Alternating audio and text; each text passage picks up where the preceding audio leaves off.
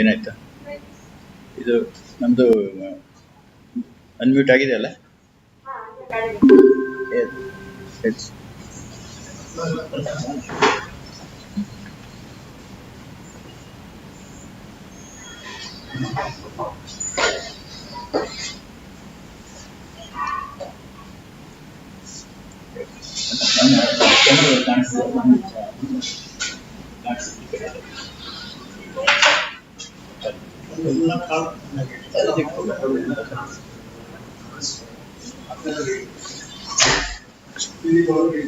ಇದು ಅನ್ಮ್ಯೂಟ್ ಆಯ್ತಾ? ಸ್ಟಾರ್ಟ್ ಮಾಡ್ಬೋದಾ?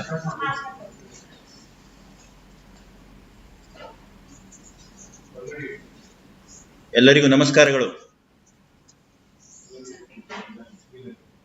ಕೇಂದ್ರ ಸರ್ಕಾರ ಹೊಸ ರಾಷ್ಟ್ರೀಯ ನೀತಿಯನ್ನ 2021-22ನೇ ಶೈಕ್ಷಣಿಕ ವರ್ಷದಿಂದ ಅನುಷ್ಠಾನಗೊಳಿಸಬೇಕಂತ ನಿರ್ಧರಿಸಿರುವುದರಿಂದ ರಾಷ್ಟ್ರೀಯ ಶಿಕ್ಷಣ ನೀತಿಯ ಬಗ್ಗೆ ವೆಬಿನಾರ್ಗಳನ್ನು ಆಯೋಜಿಸಿ ಮಾಹಿತಿಯನ್ನು ನೀಡಿ ಅರಿವು ಮೂಡಿಸಬೇಕು ಅಂತ ಕೇಂದ್ರ ಶಿಕ್ಷಣ ಮಂತ್ರಾಲಯವು ಎಲ್ಲ ಶಿಕ್ಷಣ ಸಂಸ್ಥೆಗಳಿಗೆ ನಿರ್ದೇಶನ ನೀಡಿದೆ.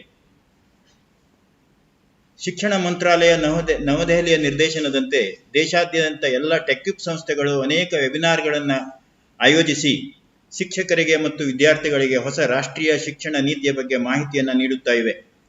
ನಮ್ಮ ರಾಜ್ಯದಲ್ಲಿಯೂ ಸಹ ನಮ್ಮ 10 ಟೆಕ್ಯುಪ್ ಸಂಸ್ಥೆಗಳು 16ಕ್ಕಿಂತಲೂ ಹೆಚ್ಚು ವೆಬಿನಾರ್ಗಳನ್ನು ನಡೆಸಿ ಅನೇಕ ನಮ್ಮ ಸ್ಟೇಕ್ ಹೋಲ್ಡರ್ಸ್ಗಳಿಗೆ ಇದರ ಮಾಹಿತಿಯನ್ನು ನೀಡಿದ್ದಾರೆ.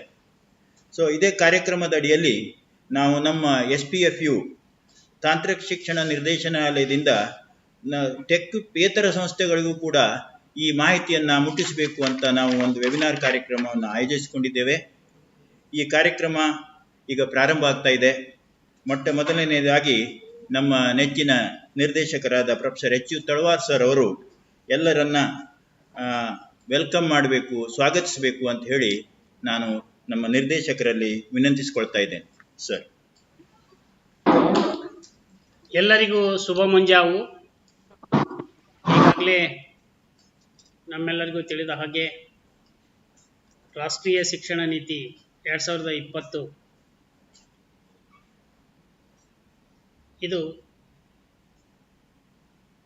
2020-21ನೇ ಸಾಲಿನಿಂದ ಪ್ರಪ್ರಥಮವಾಗಿ ನಮ್ಮ ಕರ್ನಾಟಕ ರಾಜ್ಯದಲ್ಲಿ ಇಂಪ್ಲಿಮೆಂಟ್ ಆಗಬೇಕು ಅನ್ನುವಂಥ ಒಂದು ಕಾರಣಕ್ಕಾಗಿ ಸನ್ಮಾನ್ಯ ಉಪಮುಖ್ಯಮಂತ್ರಿಗಳು ಡಾಕ್ಟರ್ ಅಶ್ವಥ್ ನಾರಾಯಣರವರು ಸಾಕಷ್ಟು ಈ ದಿಸೆಯಲ್ಲಿ ಈ NEP ಬಗ್ಗೆ ಸೆಮಿನಾರ್ಗಳನ್ನು, ಸಭೆ ಸಮಾರಂಭಗಳನ್ನು, ತಜ್ಞರನ್ನು ಕರೆಸಿ ಎಲ್ಲರಿಗೂ ಅವೇರ್ನೆಸ್ ಮೂಡಿಸುವಂಥ ಒಂದು ಕಾರ್ಯಕ್ರಮವನ್ನು ಹಮ್ಮಿಕೊಳ್ತಾ ಬಂದಿದ್ದಾರೆ. ನಾವು ದೇಶದಲ್ಲಿ ಮೊದಲಿಗರಾಗಿರಬೇಕು, ಬೇರೆದವರಿಗೆ ರೋಲ್ ಮಾಡೆಲ್ ಆಗಬೇಕು ಅನ್ನುವ ಕಾರಣಕ್ಕಾಗಿ ಈ ಒಂದು ರಾಷ್ಟ್ರೀಯ ನೀತಿ 2020 ಏನಿದೆ ಇದನ್ನು ನಾವೇ ಮೊದಲು ಅಳವಡಿಸಬೇಕು ನಮ್ಮ ಕರ್ನಾಟಕದಲ್ಲಿ ಅಂತ ಹೇಳಿ ಈ ಒಂದು ಕಾರ್ಯಕ್ರಮ ಮಾಡ್ತಾ ಇದ್ದೀವಿ. ಈಗೇನಾಗಿದೆ, ನಮಗೂ ನಿಮಗೆಲ್ಲ ತಿಳಿದಿರುವ ಹಾಗೆ 86ರಿಂದನೂ ಒಂದು ಹಳೆಯ ಎಜುಕೇಷನ್ ಪಾಲಿಸಿ ಇತ್ತು. ಈಗ 2020ಕ್ಕೆ ಅದನ್ನು ಸಂಪೂರ್ಣವಾಗಿ ಅಮೂಲಾಗ್ರವಾಗಿ ಬದಲಾವಣೆ ಮಾಡಿ ಒಂದು ಮಲ್ಟಿ ಡಿಸಿಪ್ಲಿನರಿ ಕಾನ್ಸೆಪ್ಟನ್ನು ತರಬೇಕು ಮತ್ತು 2035ರ ಹೊತ್ತಿಗೆ ಸುಮಾರು ಈಗಿರುವಂಥ GR 50% ಮಿನಿಮಮ್ ಹೆಚ್ಚಿಗೆ ಆಗಬೇಕು. ಮತ್ತು ಎಲ್ಲರಿಗೂ ಜಾಬ್ ಅಪಾರ್ಚುನಿಟಿ ಸಿಗಬೇಕು ಮತ್ತು ಒಂದು ಸ್ಕಿಲ್ ಕೌಶಲ್ಯ ಆಧಾರಿತವಾಗಿ ಶಿಕ್ಷಣ ನೀಡಬೇಕು. ಈವನ್ 6 ಸ್ಟ್ಯಾಂಡರ್ಡಿಂದನೇ ವಿದ್ಯಾರ್ಥಿಗಳಿಗೆ ಕೌಶಲ್ಯ ಆಧಾರಿತವಾಗಿ ಶಿಕ್ಷಣವನ್ನು ಪ್ರಾರಂಭಿಸಬೇಕು ಅನ್ನುವಂಥ ಒಂದು ಮಹಾ ದೊಡ್ಡ ಉದ್ದೇಶ ಇಟ್ಟುಕೊಂಡು ಈ ಕಾರ್ಯಕ್ರಮವನ್ನು ಈ ಒಂದು ರಾಷ್ಟ್ರೀಯ ಶಿಕ್ಷಣ ನೀತಿ 2020 ಜಾರಿಗೆ ಮಾಡಲಾಗ್ತಾ ಇದೆ. ಈ ಸಂದರ್ಭದಲ್ಲಿ ಈಗಾಗಲೇ ನಮ್ಮ ಟೆಕ್ಯೂಬ್ ಇನ್ಸ್ಟಿಟ್ಯೂಟ್ಗಳು ಸಾಕಷ್ಟು ಒಂದು ವೆಬಿನಾರ್ಗಳನ್ನು ಸೆಮಿನಾರ್ಗಳನ್ನು ತಮ್ಮ ಕಾಲೇಜುಗಳಲ್ಲಿ ಒಂದು ಪ್ರಾರಂಭಿಸಿ ಎಲ್ಲರಿಗೂ ಅವೇರ್ನೆಸ್ ನೀಡುವಂಥ ಕಾರ್ಯಕ್ರಮವನ್ನು ಮಾಡಿದ್ದಾರೆ. ಆದರೆ ಟೆಕ್ಯೂಬೇತರ ಕಾಲೇಜುಗಳಲ್ಲಿ ಇದು ಇನ್ನೂ ಅವೇರ್ನೆಸ್ ಬಂದಿಲ್ಲ ಮತ್ತು ಕೆಲವು ನಮ್ಮ engineering college, government engineering college ಮತ್ತು ಪ್ರೈವೇಟ್ ಇಂಜಿನಿಯರಿಂಗ್ ಕಾಲೇಜು, ಪಾಲಿಟೆಕ್ನಿಕ್ಗಳಲ್ಲಿ ಸಹಿತ ಇದರ ಅವೇರ್ನೆಸ್ ಆಗಬೇಕು, ಇದು ಹೆಚ್ಚು ಪರಿಣಾಮಕಾರಿಯಾಗಿ ಜಾರಿಗೆ ತರಬೇಕು ಅನ್ನುವಂಥ ಒಂದು ಉದ್ದೇಶದಿಂದ ಇವತ್ತಿನ ಒಂದು ಈ ವೆಬಿನಾರನ್ನು SPFU ವತಿಯಿಂದ ನಡೆಸಲಾಗ್ತಾ ಇದೆ. ಈ ಒಂದು ವೆಬಿನಾರಿಗೆ ನಮ್ಮ ಕಮಿಷನರ್ ಆದಂಥ ಪ್ರದೀಪ್ ಸರ್ ಭಾಳ ಉತ್ಸಾಹಿಗಳು. ಅವರು ಸಾಕಷ್ಟು ಈಗಾಗಲೇ ಈ ದಿಸೆಯಲ್ಲಿ ಕೆಲಸ ಪ್ರಾರಂಭ ಮಾಡಿದ್ದಾರೆ. ನಮ್ಮ ಪಾಲಿಟೆಕ್ನಿಕ್ನ ಒಂದು ಕರಿಕ್ಯುಲಮ್ ಸಹಿತ ಈ ದಿಸೆಯಲ್ಲಿ ಈ ಒಂದು ಆಧಾರವಾಗಿ ಇಟ್ಟುಕೊಂಡೇ ಅದನ್ನು ಕರಿಕ್ಯುಲಮ್ ರಿವ್ಯಾಮ್ ಸಹಿತ ಮಾನ್ಯ ಉಪಮುಖ್ಯಮಂತ್ರಿಯವರ ಮಾರ್ಗದರ್ಶನದಲ್ಲಿ ಸಹಿತ ಮಾಡಿದ್ದಾರೆ. ಸಾಕಷ್ಟು ಇನ್ನೂ LMS ಇಂಪ್ಲಿಮೆಂಟ್ ಮಾಡೋದ್ರ ಜೊತೆಗೆ ಸಾಕಷ್ಟು ಅಭಿವೃದ್ಧಿ ಕಾರ್ಯಗಳನ್ನು ಈ ದಿಸೆಯಲ್ಲಿ ಮಾಡಲಿಕ್ಕೆ ಕ್ರಮ ತೆಗೆದುಕೊಂಡಿದ್ದಾರೆ. ಅವರು ಬಂದು ಒಂದೇ ವರ್ಷ ಆದ್ರೂ ಸಾಕಷ್ಟು ಅಭಿವೃದ್ಧಿ ಆಗ್ತಾ ಇದೆ. ಅವ್ರನ್ನ ಈ ಒಂದು ವೆಬಿನಾರಿಗೆ ನಿಮ್ಮೆಲ್ಲರ ಪರವಾಗಿ ಹೃತ್ಪೂರ್ವಕವಾಗಿ ಸ್ವಾಗತವನ್ನು ಬಯಸ್ತಾ ಇದ್ದೆ. ಅದೇ ರೀತಿ ಈ ಸಮಾರಂಭದಲ್ಲಿ ಈ ಒಂದು ವೆಬಿನಾರ್ಗೆ ಪ್ರಮುಖವಾಗಿ ರಿಸೋರ್ಸ್ ಪರ್ಸನ್ ಬಹಳ ಮುಖ್ಯ. ಇಲ್ಲಿ ಪ್ರಪ್ರಥಮವಾಗಿ ಪ್ರೊಫೆಸರ್ ತೇಜಸ್ವಿ ಕಟ್ಟಿಮನಿ ಇವರು ನಮ್ಮವರೇ, ಇಲ್ಲೇ ಕೊಪ್ಪಳ ಜಿಲ್ಲೆಯವರು. ಕರ್ನಾಟಕ ಯೂನಿವರ್ಸಿಟಿ ಧಾರವಾಡ ಮತ್ತು JN ಯೂನಿವರ್ಸಿಟಿ ಹೈದರಾಬಾದಲ್ಲಿ ಸಹಿತ ಕೆಲಸ ಮಾಡಿದ್ದಾರೆ ಮತ್ತು Indira Gandhi national tribal university Amarkantak Madhya Pradesh ಅಲ್ಲಿಯೂ ಸಹಿತ ವೈಸ್ ಚಾನ್ಸಲರ್ ಆಗಿ ಸುಮಾರು ವರ್ಷಗಳವರೆಗೆ ಅವರು ಕಾರ್ಯನಿರ್ವಹಿಸಿದ್ದಾರೆ. ಮತ್ತು ಈಗ ಸದ್ಯ ಅವರು ಒಂದು ಸೆಂಟ್ರಲ್ ಟ್ರೈಬಲ್ ಯೂನಿವರ್ಸಿಟಿ ಆಂಧ್ರ ಪ್ರದೇಶದಲ್ಲಿ ವೈಸ್ ಚಾನ್ಸಲರ್ ಆಗಿ ಸಹ ಕಾರ್ಯನಿರ್ವಹಿಸ್ತಾ ಇದ್ದಾರೆ. ಇದರ ಜೊತೆಯಲ್ಲಿ ಅವರು ಈ ನ್ಯಾಷನಲ್ ಲೆವೆಲಲ್ಲಿ ಒಂದು ಡ್ರಾಫ್ಟ್ ಕಮಿಟಿ, ನಮ್ದು ಏನು NEP ಡ್ರಾಫ್ಟ್ ಕಮಿಟಿ ಇತ್ತು ಅದರದ ಸದಸ್ಯರಾಗಿಯೂ ಸಹಿತ ಅವರು ಕಾರ್ಯನಿರ್ವಹಿಸಿದ್ದಾರೆ. ಹೀಗಾಗಿ ಅಪಾರ ಅನುಭವ ಅವರಿಗೆ ಈ ಕುರಿತು ಇದೆ. ಅವರನ್ನು ನಮ್ಮ ಈ ಎಲ್ಲ ತಾಂತ್ರಿಕ ಶಿಕ್ಷಣ ಇಲಾಖೆಯ ಪರವಾಗಿ ಅವರಿಗೆ ಹೃತ್ಪೂರ್ವಕವಾದಂಥ ಸ್ವಾಗತವನ್ನು ನಾನು ನಿಮ್ಮೆಲ್ಲರ ಪರವಾಗಿ ಬಯಸ್ತಾ ಇದ್ದೀನಿ. ಇನ್ನು ಡಾಕ್ಟರ್ BV ರವಿಶಂಕರ್ ಪ್ರಾಚಾರ್ಯರು, BMS ಕಾಲೇಜ್ ನಿಮಗೆಲ್ಲ ತಿಳಿದಿರುವ ಹಾಗೆ ಅತ್ಯಂತ ಪ್ರತಿಷ್ಠಿತ ಸಂಸ್ಥೆ. ಅಲ್ಲಿ ಅವರು ಸಾಕಷ್ಟು ಅನುಭವವನ್ನು ನಮ್ಮ ರವಿಶಂಕರ್ ಅವರು ಸಹಿತ ಈ ದಿಸೆಯಲ್ಲಿ ಪಡ್ಕೊಂಡಿದ್ದಾರೆ. ಆಡಳಿತದ ಅನುಭವ ಇದೆ, ಎಲ್ಲ ರೀತಿಯಿಂದ ಅನುಭವವನ್ನು ಅವರು ಸಹಿತ ಹೊಂದಿದ್ದಾರೆ. ಸಾಕಷ್ಟು ಈ ಸೆಮಿನಾರ್ಗಳನ್ನು ಅವರು ಮಾಡಿದ್ದಾರೆ. ಅವರು ಸಹಿತ ಈ ಒಂದು ಸಭೆಗೆ ಒಪ್ಕೊಂಡು ರಿಸೋರ್ಸ್ ಪರ್ಸನ್ ಆಗಿ ಒಪ್ಕೊಂಡು ಬಂದಿದ್ದಾರೆ. ಅವರಿಗೂ ಸಹಿತ ತಾಂತ್ರಿಕ ಶಿಕ್ಷಣ ಇಲಾಖೆಯ ಪರವಾಗಿ ಮತ್ತು ನಿಮ್ಮೆಲ್ಲರ ಪರವಾಗಿ ಹಾರ್ದಿಕವಾಗಿ ಅವರಿಗೆ ಸ್ವಾಗತವನ್ನು ಬಯಸ್ತಾ ಇದ್ದೀನಿ. ಇನ್ನು ನಮ್ಮ ಡಾಕ್ಟರ್ ಅರವಿಂದ್ ಕುಲಕರ್ಣಿ ಸರ್ ಅವರಿಗೆ ಇಂಟ್ರೊಡಕ್ಷನ್ ಬೇಕಾಗಿಲ್ಲ, ಯಾಕಂದರೆ ಅವರು ಎಲ್ಲರ ಜೊತೆ ಒಂದಾಗಿ ಬಾಳಿದಂಥ ವ್ಯಕ್ತಿ. ಯಾವುದೇ ಒಂದು ಕಾರ್ಯಕ್ರಮ ಇರಲಿ, ಅದು ಎಜುಕೇಷನ್ ರಿಲೇಟೆಡ್ ಇರಲಿ ಅಥವಾ ಇನ್ಯಾವುದೋ ಕಾರ್ಯಕ್ರಮ ಇದ್ದರೂ ಸಹಿತ ಅವರ ಅನುಭವ ಎಷ್ಟಿದೆ ಅಂದರೆ ಅದನ್ನು ಹೇಳಲಿಕ್ಕೆ ಸಾಧ್ಯ ಇಲ್ಲ. ಅಷ್ಟೊಂದು ಅಪಾರ ಅನುಭವವನ್ನು ಹೊಂದಿದಂಥವರು. ಅವರು ಸಾಕಷ್ಟು ಈ ತಾಂತ್ರಿಕ ಶಿಕ್ಷಣ ಇಲಾಖೆಗೆ ಮತ್ತು ಬೇರೆ ಬೇರೆ ಎಲ್ಲ ರಂಗಗಳಲ್ಲಿಯೂ ಅವರು ವೃತ್ತಿ ರಂಗ ಕಲಾವಿದರ ಅಲ್ಲಿಯೂ ಸಹಿತ ಅವರು ಸಾಕಷ್ಟು ಕೆಲಸ ಕಾರ್ಯಗಳನ್ನು ಮಾಡಿದ್ದಾರೆ. ಅವರ ಅನುಭವ ನಮಗೆಲ್ಲರಿಗೂ ಸಿಗಬೇಕಾಗಿದೆ. ಆ ದಿಶೆಯಲ್ಲಿ ಅವರು ಸಹಿತ ಇವತ್ತು ಎಂಥ ಕೆಲಸ ಇದ್ದರೂ ಸಹಿತ ಅವರು ಕೆಲವೇ ಶಾರ್ಟ್ ನೋಟಿಸಲ್ಲಿ ಬಂದು ಈ ಕಾರ್ಯಕ್ರಮ ಮಾಡ್ತೀನಿ ಸರ್ ವೆಬಿನಾರ್ಲಿ ಅಂತೇಳಿ ಅವರು ಸಹಿತ ಭಾಗವಹಿಸಿ ನಮ್ಮೆಲ್ಲರಿಗೂ ಮಾರ್ಗದರ್ಶನ ನೀಡಲಿಕ್ಕೆ ರೆಡಿ ಇದ್ದಾರೆ. ಪ್ರೊಫೆಸರ್ ಅರವಿಂದ್ ಕುಲಕರ್ಣಿ ಸರ್ ಅವರಿಗೂ ಸಹಿತ ತಾಂತ್ರಿಕ ಶಿಕ್ಷಣ ಇಲಾಖೆಯ ಪರವಾಗಿ ನಿಮ್ಮೆಲ್ಲರ ಪರವಾಗಿ ಆರ್ಥಿಕವಾಗಿ ಒಂದು ಸ್ವಾಗತವನ್ನು ಬಯಸ್ತಾ ಇದೆ. Thank you one and all. ಧನ್ಯವಾದಗಳು ಸರ್. ನಮ್ಮ ನಿರ್ದೇಶಕರಾದ ಎಚ್ ತಳವಾರ್ ಸರ್ ಅವರಿಗೆ ಎಲ್ಲರನ್ನ ಸ್ವಾಗತಿಸಿದ್ದಕ್ಕೆ ಹಾಗೂ ನ್ಯಾಷನಲ್ ಎಜುಕೇಷನ್ ಪಾಲಿಸಿ 2020 ಬಗ್ಗೆ ಒಂದು ಸಂಕ್ಷಿಪ್ತವಾಗಿ ಮಾಹಿತಿಯನ್ನು ನೀಡಿದ್ದಕ್ಕಾಗಿ ಧನ್ಯವಾದಗಳನ್ನು ಅರ್ಪಿಸ್ತಾ ಇದ್ದೇನೆ. ಈಗ ಎರಡನೇ ಕಾರ್ಯಕ್ರಮ ಪ್ರದೀಪ್ ಸರ್ ನಮ್ಮ ಕಮಿಷನರ್ ಅವರಿಂದ ಇನಾಗ್ರಲ್ ಅಡ್ರೆಸ್ ಆಗಬೇಕಾಗಿತ್ತು. ಸರ್ ಅವರು ಬೇರೆ ಒಂದು ಕಾರ್ಯಕ್ರಮದಲ್ಲಿ ಬ್ಯುಸಿ ಇದ್ದೇನೆ ಅಂತ ಹೇಳಿ ಮಾಹಿತಿ ಕಳಿಸಿದ್ದಾರೆ. ಅವರು ಯಾವುದೇ ಕ್ಷಣದಲ್ಲಿ ಯಾವುದೇ ಸಂದರ್ಭದಲ್ಲಿ ತಾನು ಲಾಗಿನ್ ಆಗ್ತೇನೆ, ನೀವು ನಿಮ್ಮ ಕಾರ್ಯಕ್ರಮವನ್ನು ಮುಂದುವರಿಸ್ರಿ ಅಂತ ಹೇಳಿ ನಮಗೆ ಮಾಹಿತಿಯನ್ನು ಕಳಿಸಿರೋದ್ರಿಂದ ನಾವು ನೇರವಾಗಿ ಕಾರ್ಯಕ್ರಮವನ್ನು ಪ್ರಾರಂಭಿಸ್ತಾ ಇದ್ದೇವೆ. ಈ ಪ್ರಾರಂಭಕ್ಕೆ ನಾವು ಒಟ್ಟಿಗೆ ಈ ಕಾರ್ಯಕ್ರಮದಲ್ಲಿ ನಾವು 3 ಜನ ರಿಸೋರ್ಸ್ ಪರ್ಸನ್ಗಳನ್ನು, ಸಂಪನ್ಮೂಲ ವ್ಯಕ್ತಿಗಳನ್ನು ನಾವು ಆಯ್ಕೆ ಮಾಡ್ಕೊಂಡಿದ್ದೀವಿ. ನಾವು ಈ ವೆಬಿನಾರನ್ನು ಥೀಮ್ ಬೇಸ್ಡ್, ನಮ್ಮ NPIನವರು ನಮಗೆ ಒಂದು ಇನ್ಸ್ಟ್ರಕ್ಷನ್ ಕೊಟ್ಟಿದ್ದರು, ನೀವು ಥೀಮ್ ಬೇಸ್ಡ್ ವಿಷಯ ಆಧಾರಿತವಾದಂಥ ವೆಬಿನಾರ್ಗಳನ್ನು ಮಾಡಬೇಕು. ಜನರಲ್ ಆಗಿ ನ್ಯಾಷನಲ್ ಎಜುಕೇಷನ್ ಪಾಲಿಸಿ ಬಗ್ಗೆ ಹೇಳೋದು ಬೇಡ, ಥೀಮ್ ಬಗ್ಗೆ ಹೇಳ್ರಿ, ಆ ತತ್ವಗಳ ಬಗ್ಗೆ ಹೇಳ್ರಿ ಅಂತ, ವಿಷಯಗಳ ಬಗ್ಗೆ ಹೇಳ್ರಿ ಅಂತ ನಮಗೆ ನಿರ್ದೇಶನ ಕೊಟ್ಟಿದ್ದರು. ಅದರ ಪ್ರಕಾರ ನಾವು ಸುಮಾರು ಈಗ 16 ವೆಬಿನಾರ್ಗಳನ್ನು ಸಹಿತ ಥೀಮ್ ಬೇಸ್ಡ್ ಮಾಡಿದ್ದೇವೆ. ಒಟ್ಟಿಗೆ 27 ಥೀಮ್ ಇರ್ತದೆ ನಮ್ಮ ನ್ಯಾಷನಲ್ ಪಾಲಿಸಿನಲ್ಲಿ, ಎಜುಕೇಷನ್ ಪಾಲಿಸಿನಲ್ಲಿ. ಈಗ ನಾವು ಬಹಳ ಮಹತ್ವವಾದಂಥ 2 ಥೀಮನ್ನು ತಗೊಂಡಿದ್ದೀವಿ ಈ ಇವತ್ತಿನ ವೆಬಿನಾರಿಗೆ. ಒಂದು promotion of Indian languages, arts and culture. Sir ಅವರು ಈಗ ತಾನೇ ತಮ್ಮ ಸ್ವಾಗತ ಭಾಷಣದಲ್ಲಿ ಹೇಳಿದರು, ನಾವು ರೀಜ್ನಲ್ ಲ್ಯಾಂಗ್ವೇಜಿಗೆ ಮತ್ತು ಸ್ಕಿಲ್ಲಿಗೆ ಹೆಚ್ಚಿನ ಮಹತ್ವ ಕೊಡ್ತಾ ಇದ್ದೀವಿ ಈ ಹೊಸ ರಾಷ್ಟ್ರೀಯ ಶಿಕ್ಷಣ ನೀತಿಯಲ್ಲಿ ಅಂತ. ಸೊ ಅದಕ್ಕಾಗಿ ಈ promotion of Indian languages, arts and culture ಅನ್ನುವಂಥ ಥೀಮನ್ನು ತಗೊಂಡಿದ್ದೀವಿ.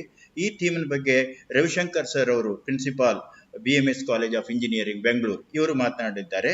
ಇನ್ನೊಂದು ಬಹಳ ಮುಖ್ಯವಾದಂಥ theme of this national education policy is equity and inclusion in higher education. This equity ಬಗ್ಗೆ ಸಾಕಷ್ಟು ವ್ಯತ್ಯಾಸ ಇದೆ ಅನ್ನೋದನ್ನು ನಾವು already ತಿಳ್ಕೊಂಡಿದ್ದೀವಿ.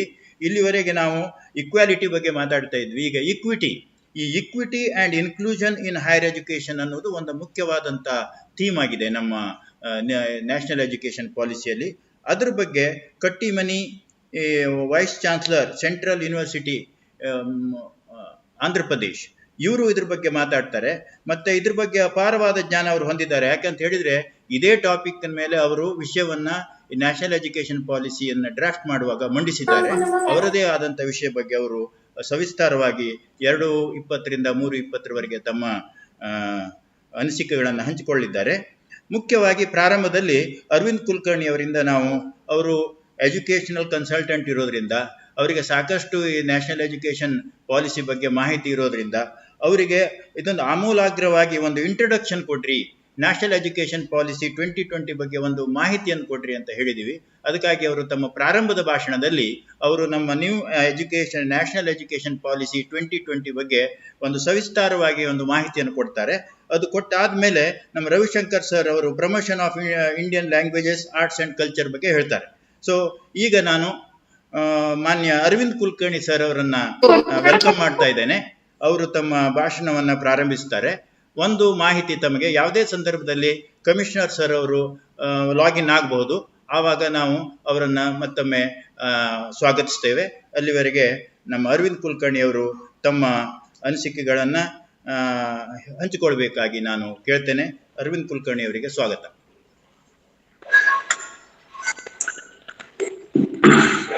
Very good morning to everyone here, those who have assembled in the DTE studio as well as sitting in their office premises, chambers. Very good morning to everyone here.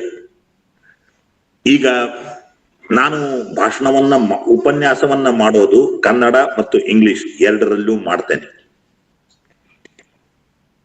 Professor Manohar Naik has requested me to say few words as an introductory, working from whole to part, as the civil engineers we believe, and he has stressed upon can you just put in nutshell what is what.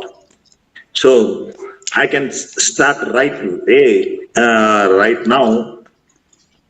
the new education policy has been in the news for last 2 to 3 years. Please remember this. ನಮ್ದು mute ಮಾಡಿ. And 2019, this draft was publicly released for public consumption. I don't know how many colleges and heads of institution really went through it. But of course, I referred because of my interest in the education. Why I'm sharing this is, in 2020, this was accepted by the cabinet and it was certain that this is going to come. Then slowly debate started and slowly NPIU also started, because NPIU was also for a short while, it was also silent about the new education policy, but MHRD felt that this should be discussed pan-India, and yes, the result you all know. Now, circulars after circulars and hectic activity regarding the first to become the good first state to implement, all these are happening. And thanks to all people who created this awareness about what is called as new education policy. First, let us remember this new education policy has come to India, and now after 35 years, please remember, the last one was somewhere in 1986. Okay, then afterwards, in these 35 years, so much of water has flown. Yes, we have seen the developments, consequences, good things, bad things, everything we have seen. Now, with the new government, yes, new policy has come, and it is the highlights. Namma Manohar Naikuru ಹೇಳಿದರು, ಕೆಲವು ಮುಖ್ಯ ತತ್ವಗಳನ್ನ ಹೇಳಿ ಅಂತ.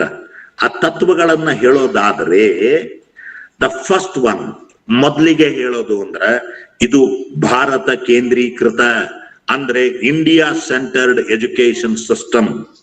ಭಾರತ ಕೇಂದ್ರೀಕೃತ ಅಷ್ಟೇ ಅಲ್ಲ, ನಿರ್ಭರ ಭಾರತವನ್ನ ಹುಟ್ಟಿಸುವಲ್ಲಿ, ನಿರ್ಭರ ಭಾರತವನ್ನ ನಿರ್ಮಾಣ ಮಾಡುವಲ್ಲಿ ಇದು ಉದ್ದೇಶವನ್ನ ಹೊಂದಿದೆ.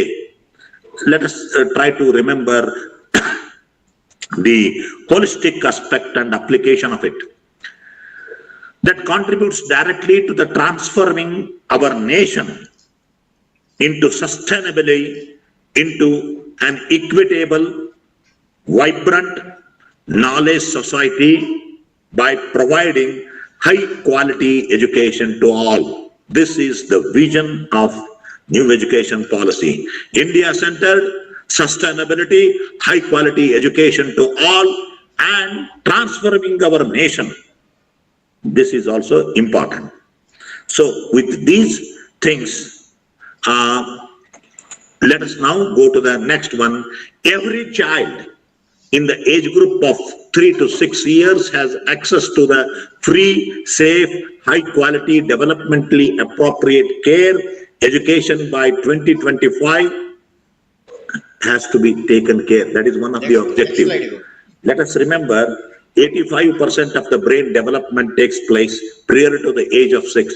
Therefore, please remember, in this education policy, up to from 3 to 8 years, early childhood education is a very important one.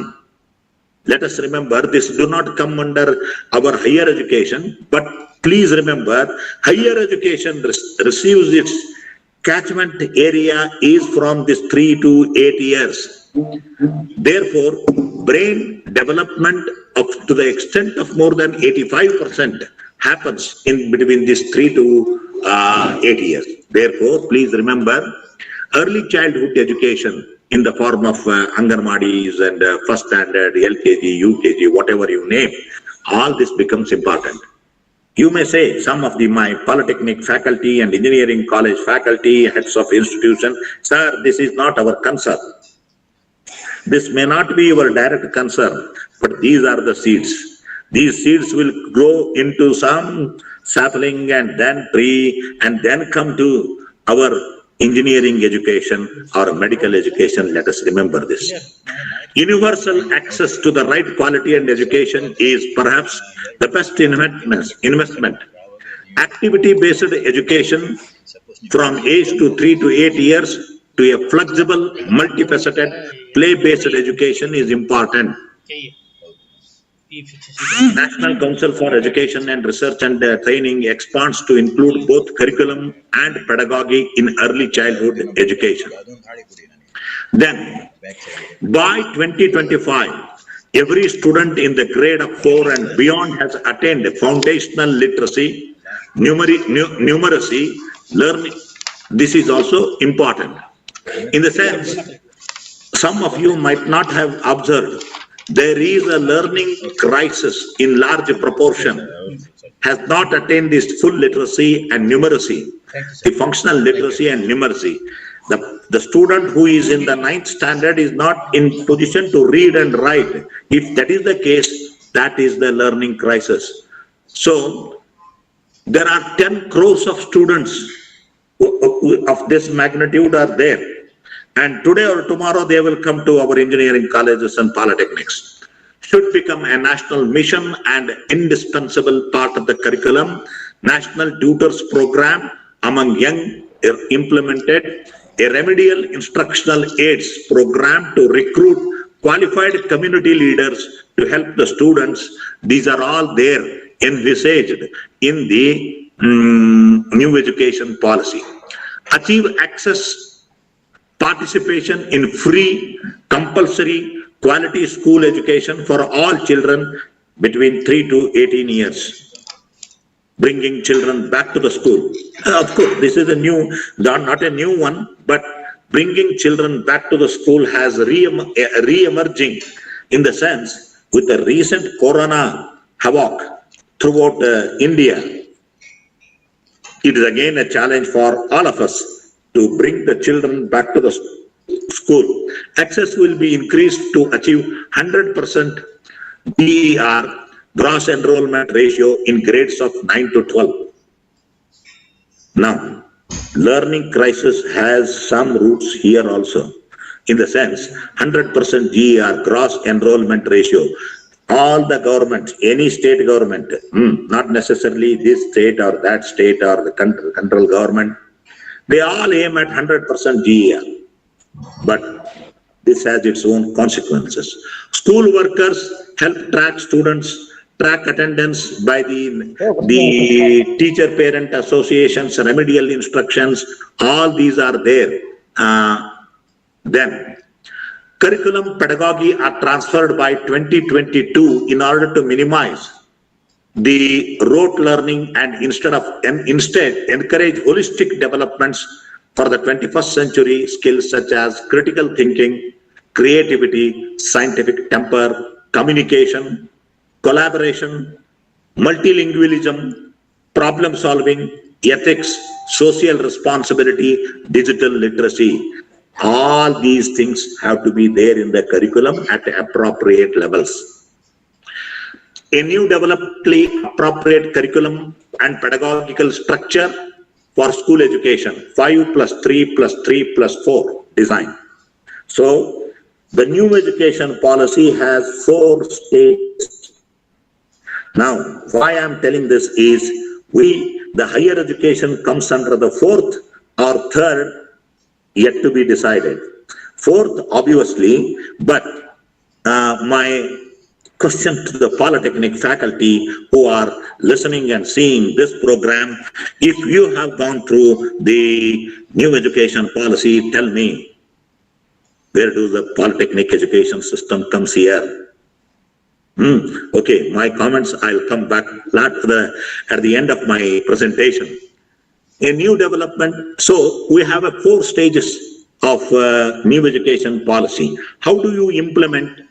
And there is a challenge for implementation in all these 4 stages.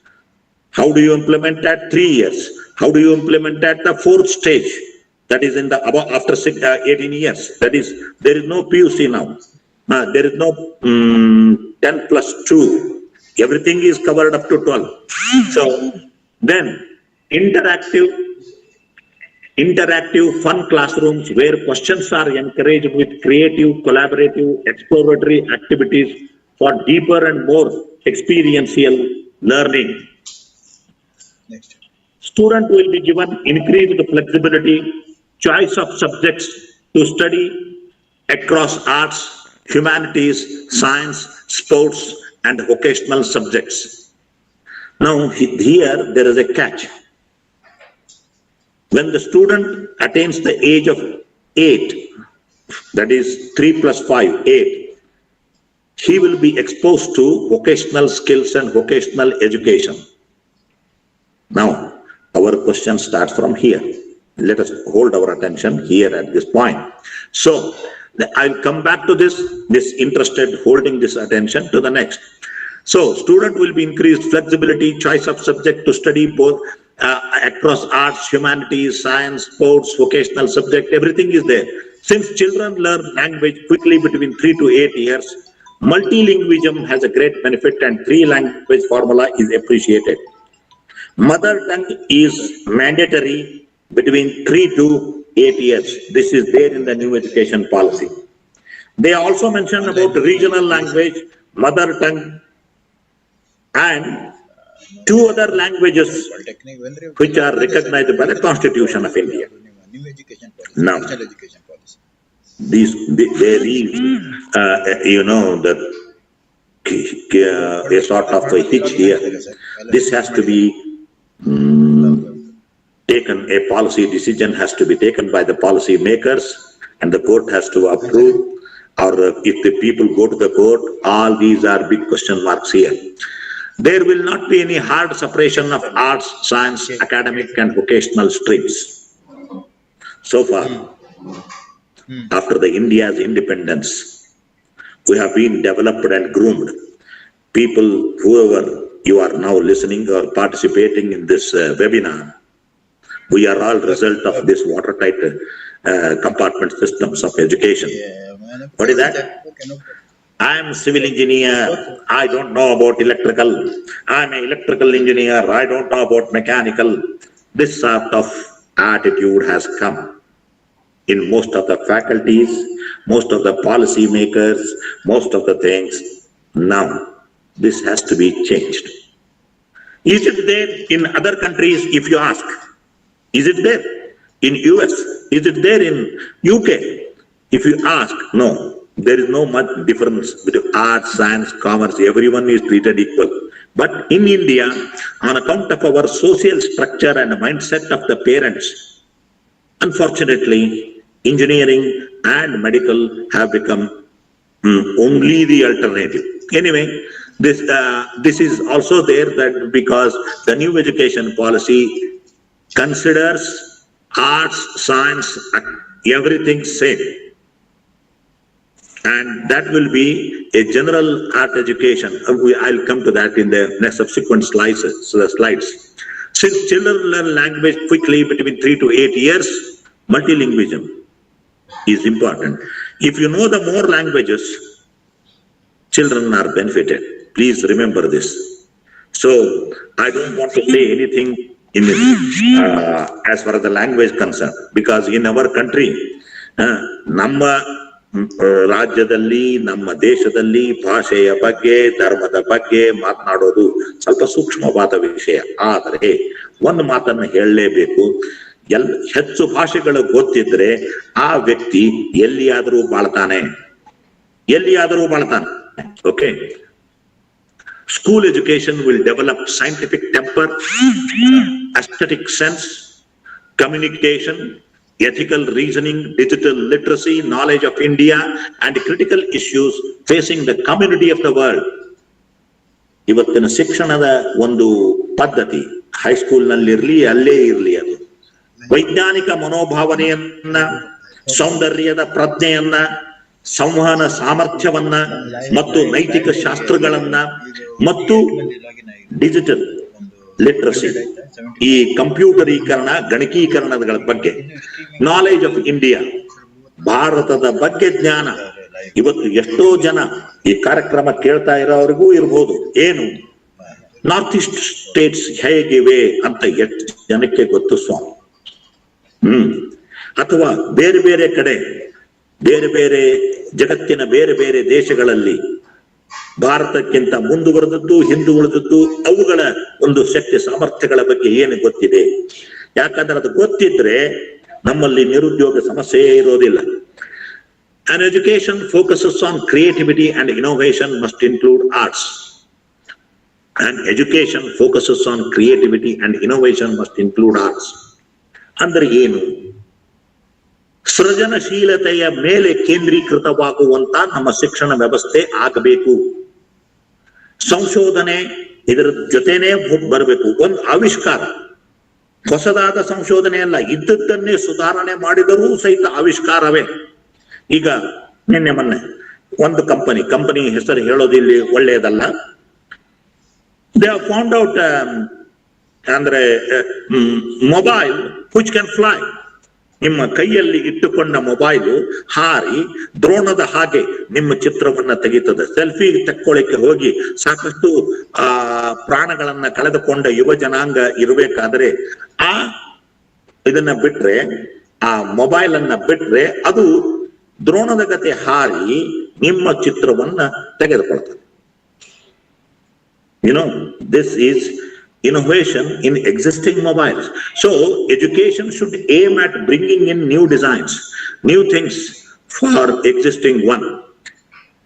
So any education focuses on creativity and innovation must include arts. Each student has innate talent which must be discovered, nurtured, and fostered and developed. So there is a choice-based credit system. There is going to be a challenge for higher education authorities and policy makers, universities, colleges. ಇವತ್ತು ಒಬ್ಬ engineering student ಅವನು ಯಾವನೇ ಇರಲಿ, civil ಇರಲಿ, mechanical ಇರಲಿ, electrical, it doesn't matter. If he has a interest in music, can he go for it? Now new education policy says yes, he can. Now the challenge is on the head of the institution. How do you accommodate this? If IITs can teach English, why not our engineering colleges should think of it? IIT ಅಲ್ಲಿ ಏನು ಹೋಗೋರು ದಡ್ಡರ, ಆದ್ರೆ ಅವರಿಗೂ ಸಹಿತ English ಕಲಿಸ್ತಾರೆ. IIT ಅಲ್ಲಿ ಬಯಾಲಜಿಯನ್ನು ಕಲಿಸ್ತಾರೆ. ನಾವು ಯಾವ್ದಾದ್ರು ಇಂಜಿನಿಯರಿಂಗ್ ಕಾಲೇಜಿನಲ್ಲಿ ಬಯಾಲಜಿ ಕಲಿಸೋದನ್ನು ನೋಡಿದ್ದೀರಾ? So please remember, every education is a interdisciplinary education. ಅದು ಉದ್ದೇಶ ಏನು ಸರ್? ಸಮಾಜವನ್ನ ಮುಟ್ಟಬೇಕು. ಸಮಾಜದ ಜನರನ್ನ ಮುಟ್ಟಬೇಕಾದ್ರೆ ಅದರಲ್ಲಿ ಆ ಸಂಕೀರ್ಣತೆಯನ್ನ ಒಳಗೊಂಡಿರಬೇಕು. Inter disciplinary nature. ನೀವು ಎಲ್ಲಿಯೋ ಒಂದು ಏರ್ ಕಂಡೀಷನ್ ಚೇಂಬರ್ ನಲ್ಲಿ ಕೂತು ಫ್ಯಾನಿನ ಅಥವಾ ತಿರುಗುವ ಕುರ್ಚಿ ಮೇಲೆ ಕೂತ್ಕೊಂಡು ಏನೋ ಒಂದು ಆವಿಷ್ಕಾರ ಮಾಡ್ತೀನಿ ಅಂದ್ರೆ ಅಲ್ಲ. How it is going to bring the change in the quality of the life of the people is much more important than anything else. Then each student has innate talent. Yes, that has to be nurtured, and that is one of the objective of the new education policy. Assessment to promote learning tests for higher order thinking. Today, come to stay. Teachers who were not prepared, who were unwilling for online education, and thanks to Corona, they have been forced, compelled to go for online. This is also method of teaching. Please remember, there may be disadvantages. Let us not worry about it. But which comes into the crisis is more important, because every crisis has a rises also. So promote learning tests for higher order thinking. How do you promote tests? Online testing and assessment is a different challenge. I cannot cover everything in one single slot. Ensure all students at all levels to schools are taught by passionate, motivated, qualified, professionally trained and well-equipped teachers. All these are very challenging issues. It is not in India you get qualifications more, competency less.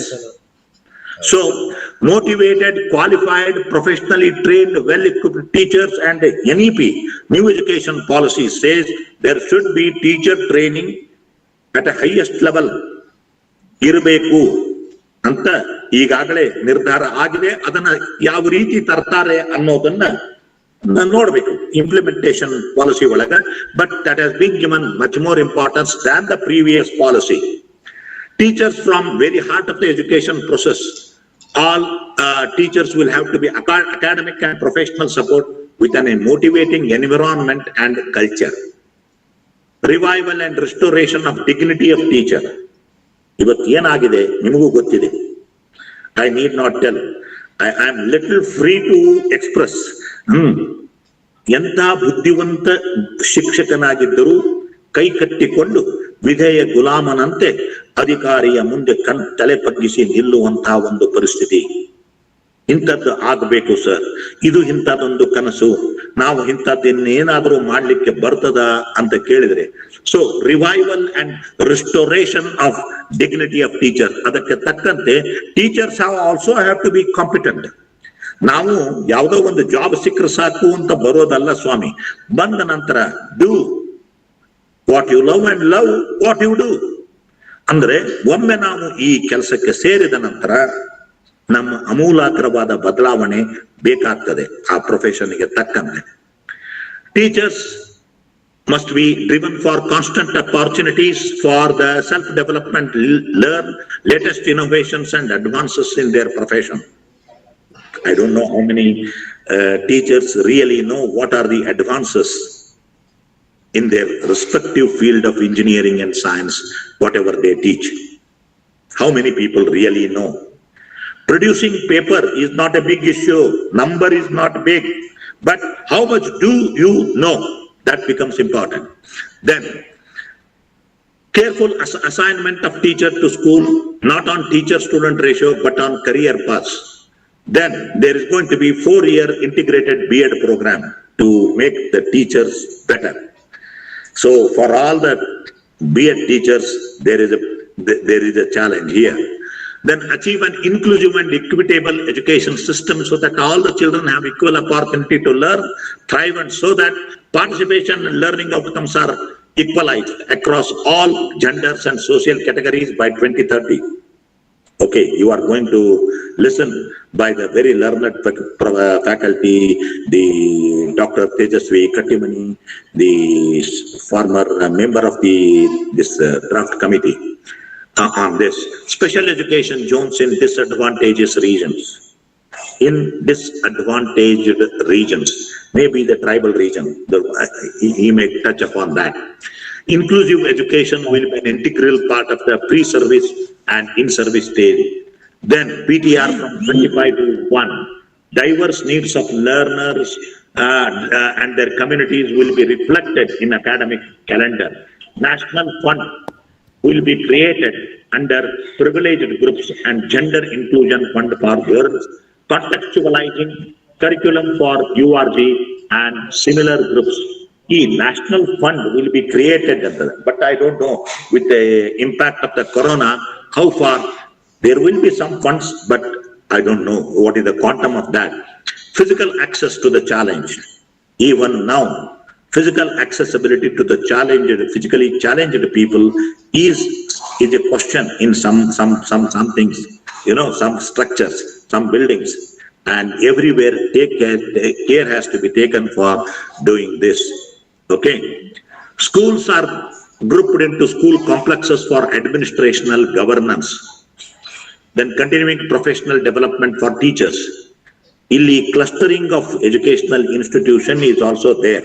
How far this is going to be there, that also decide. If there is a clustering of a group of institution, then choice-based credit system, ವಿದ್ಯಾರ್ಥಿಗೆ ಯಾವ್ದು ಬೇಕೋ ಅದನ್ನ ಕಲೀಲಿಕ್ಕೆ ಅವಕಾಶ ಆಗುವಂತೆ there is a possibility.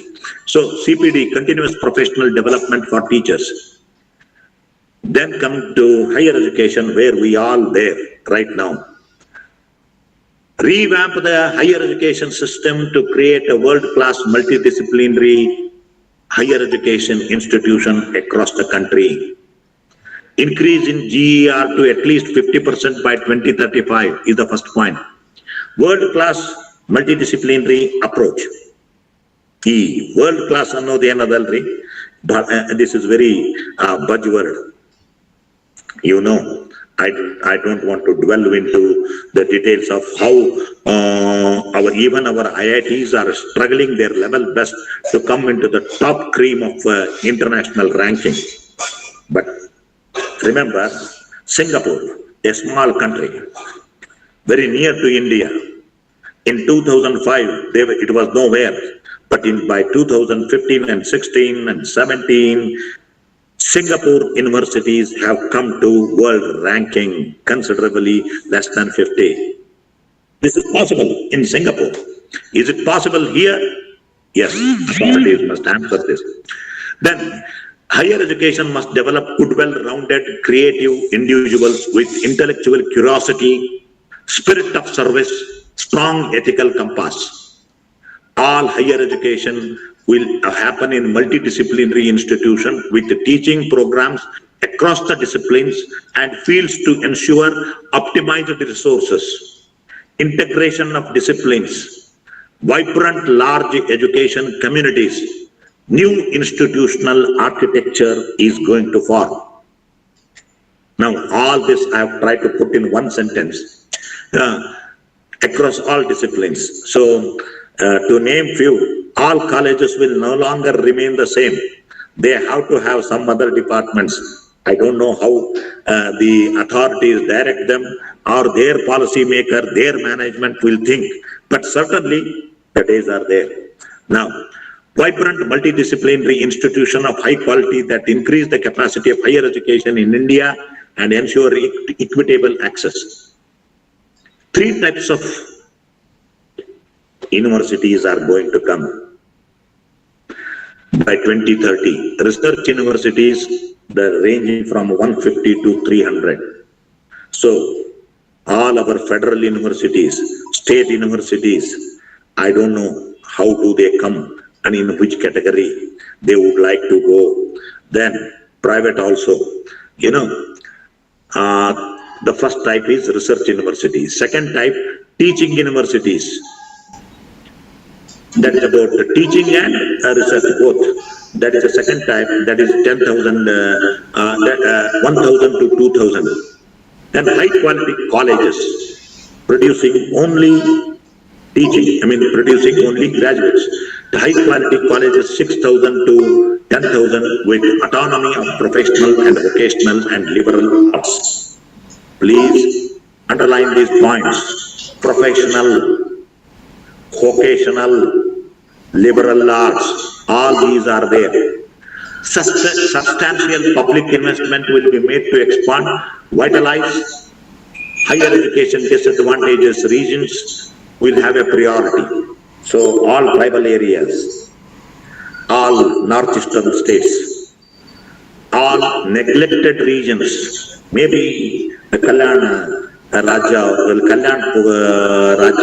our Karnataka state also may come into this. I don't know right now because I am not the authority to say so. So, substantial public investment will be made to expand, vitalize the higher education disadvantaged region will have a priority in the next 5 years. This 5 years will go to the next 10 years because these 2 years have become silent. There will be no affiliated college or affiliating university. Yes. Here is an important point. Before going there,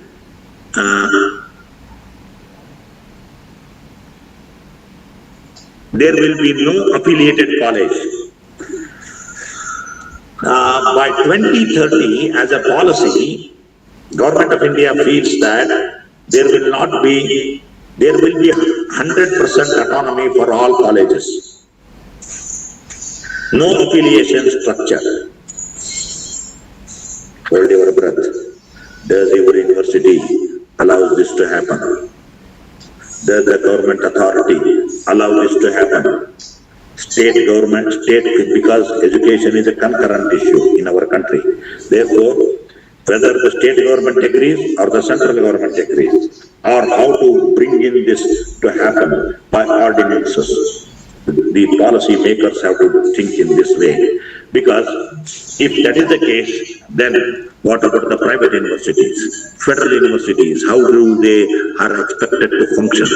All these are, a sort of uncertainty looms. In our country, no one loses No one is interested to lose the power of autonomy and the sanctioning the autonomy, affiliated college affiliation structure. So let us wait and see. This is going to be there, a sort of challenge. Okay. And liberal education, move towards more imaginative, broad-based liberal education as a foundation for holistic development for all students with rigorous specialization in chosen fields and disciplines. ಈ liberal education ಅಂದ್ರೆ ಮುಕ್ತವಾದಂತಹ education. Liberal is ಮುಕ್ತ education ಅಂದ್ರೆ ಯಾರು ಏನ್ ಬೇಕಾದ್ರೂ ಕಲಿಬಹುದು. ನೀವು ಇಷ್ಟು ಕಲ್ತ್ರೆ ಸರ್ಟಿಫಿಕೇಟು, ಇಷ್ಟು ಕಲ್ತ್ರೆ ಡಿಪ್ಲೊಮಾ, ಇಷ್ಟು ಕಲ್ತ್ರೆ ಡಿಗ್ರಿ, ಇಷ್ಟು ಕಲ್ತ್ರೆ ನಿಮಗೆ ಪೋಸ್ಟ್ ಗ್ರಾಜುಯೇಷನ್, ಇಷ್ಟು ಕಲ್ತ್ರೆ PhD ಅಂತ ಬರ್ಬೋದು. Already the National Gazetteer, I don't know how many of you have seen that National Gazetteer. All scale 1 to 10 have been mentioned.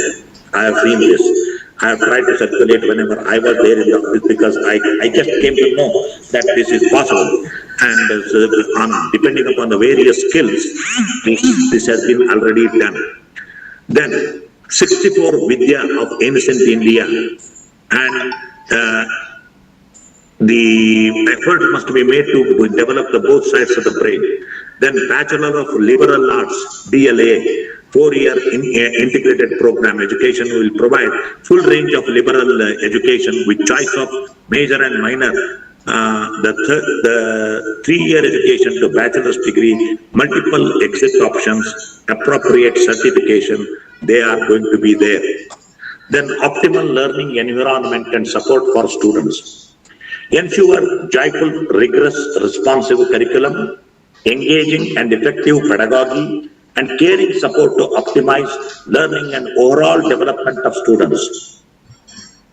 ಒಬ್ಬ ವಿದ್ಯಾರ್ಥಿಯ ಸಮಷ್ಟಿಯ ಅಭಿವೃದ್ಧಿಯನ್ನ ಉದ್ದೇಶವಾಗಿ ಇಟ್ಟುಕೊಂಡು ಯಾವ ರೀತಿ ಆಹ್ಲಾದಕರವಾದಂತಹ, ಉಲ್ಲಾಸಕರವಾದಂತಹ ಮತ್ತು ಸ್ಪಂದಿಸುವಂತಹ ಪಠ್ಯಕ್ರಮವನ್ನ ಮತ್ತು ಅದಕ್ಕೆ ಬೇಕಾದಂತಹ ಕಲಿಕೆಯ ಒಂದು ಶಾಸ್ತ್ರವನ್ನ ಯಾವ ರೀತಿ ಮಾಡಬಹುದು ಕಲಿಕೆ ಮತ್ತು ನಲಿಕೆಯಲ್ಲಿ ಅಂತ ಅದರ ಅರ್ಥ. CD, the curriculum development pedagogy in higher education will move away from rote learning of facts and mechanical procedures. They will help young people prepare to contribute both as active citizens of democracy as well as professional in any field. So curriculum development ನವರಿಗೆ ಇನ್ನು ಈ education, new education policy implement ಆಗೋ ತನಕ ಸಾಕಷ್ಟು ಕೆಲಸಗಳು sir. ಅವರು ಬರ್ತಾರೆ ಹಾಗೆ ಹೇಳ್ತಾರೆ, ಇವರು ಬರ್ತಾರೆ ಹಾಗೆ ಹೇಳ್ತಾರೆ, ಆದ್ರೆ ಕರಿಕ್ಯುಲಮ್ ಅಂತೂ ಆಗ್ಬೇಕು. Academic and financial emotional help will be made to students to attain better outcomes. This increases the gross enrollment ratio to 50% at least. It is hoped. Currently 26th position internationalization. Every effort will be made to push up. Nam deshdalli next challenge is this internationalization of higher education, and how this is going to happen, that depends upon the government policy. The foreign universities are knocking the doors of India. Still we have not made it open, but I feel strongly that the days are not far off. We will open. There will be more competition among our own higher education institutions, but Indians by nature are attracted by the foreign university degrees. So there will be a challenge for federal universities as well as for the private universities and whatnot. And here, the survival of the fittest. This is applicable to faculty also. This is applicable to institutional managements also. Research and innovations are central to growing and sustaining large and vibrant society and economy. Next one is here important one is National Research Fund. There will be with a 20,000 crores for 5 years, 20,000 crores at the central government. Okay, this National Research Forum will come. That will divide into 4 divisions: science and technology, social science, arts and humanities, 20,000 crores. The rules and regulations will be stipulated. But the thing is, yes, for those who are interested in science and technology research, social science, now science and technology man also can do social science research. Social science person also can do science and technology. This interdisciplinary nature it calls for. But how many of us are really prepared for this interdisciplinary nature? Then, build networks, recognize young scientists, innovators. That is the hallmark, that is the survival rule. So my appeal to all engineering faculty, those who are in the polytechnics, those who are in the engineering colleges, build networks. Networks not for TADA or pay scale implementation. No, not for that. For your own professional development. Recognizes young scientists, good teachers, good faculties. How do you recognize? Elections do not recognize, please remember. Your own ability, competency is going to do that. So, distinguished parts in the higher education, multidisciplinary subject study, no more watertight compartments. No governmental accreditation, only the professional bodies start doing it. Now, you may be knowing NBA is independent. It is not considered as a government. Please remember, this NBA also may change its functioning to some extent. Very recently, we had one more webinar, role of NBA in the new education policy, organized by some college. I still remember that. So, no governmental accreditation, only professional bodies. Introduction of liberal arts and vocational degrees. Vocational and professional, we must be in position to understand it better. Still, I feel there is some lacuna in understanding. What is vocation? What is profession? Okay, then what is more important for the country? Is it a vocational or is it a professional? But anyway, in vocational also you should be professional, in professional also you should be vocational. Then, no more affiliating universities, each college becomes autonomous and awards a degree by 2030. That is what I mentioned in the previous slides. No more affiliating university, then there may be some vice chancellor who may be interested to know this, okay? But what is their interest then? What is the interest of the university? This is a matter of guess. I'll come to that little later, holding your interest. Then, 4-year bachelor's degree with 1 year in liberal arts and 3-year degree also. Relevant vocational courses have to be introduced in all HEIs, higher education institutions from 20. 20 is already over. Now, relevant vocational courses could have been introduced if it is implemented in that way. Okay. No more specialized universities, educational complexes come with cluster approach, giving more emphasis on geographically disadvantaged groups. Then professional education mandatory for all with scales, not a pay. I mentioned that. Not a pay scale. It's a scale 1 to 10. What I mentioned as per the National Gazette here. Even for teachers' promotion, the scales will become important further. Then, 3 types of university I have already touched. There will be more focus on BOG and governance, Board of Governance. I need not tell for the tech colleges, but yes, governance of polytechnics, governance of government engineering colleges, and the Board of Governors, how far, I don't know. In Maharashtra state could allow only one college to become completely autonomous like that of IIT. Can it happen in other states? This is the question. This has to be decided by the policy makers.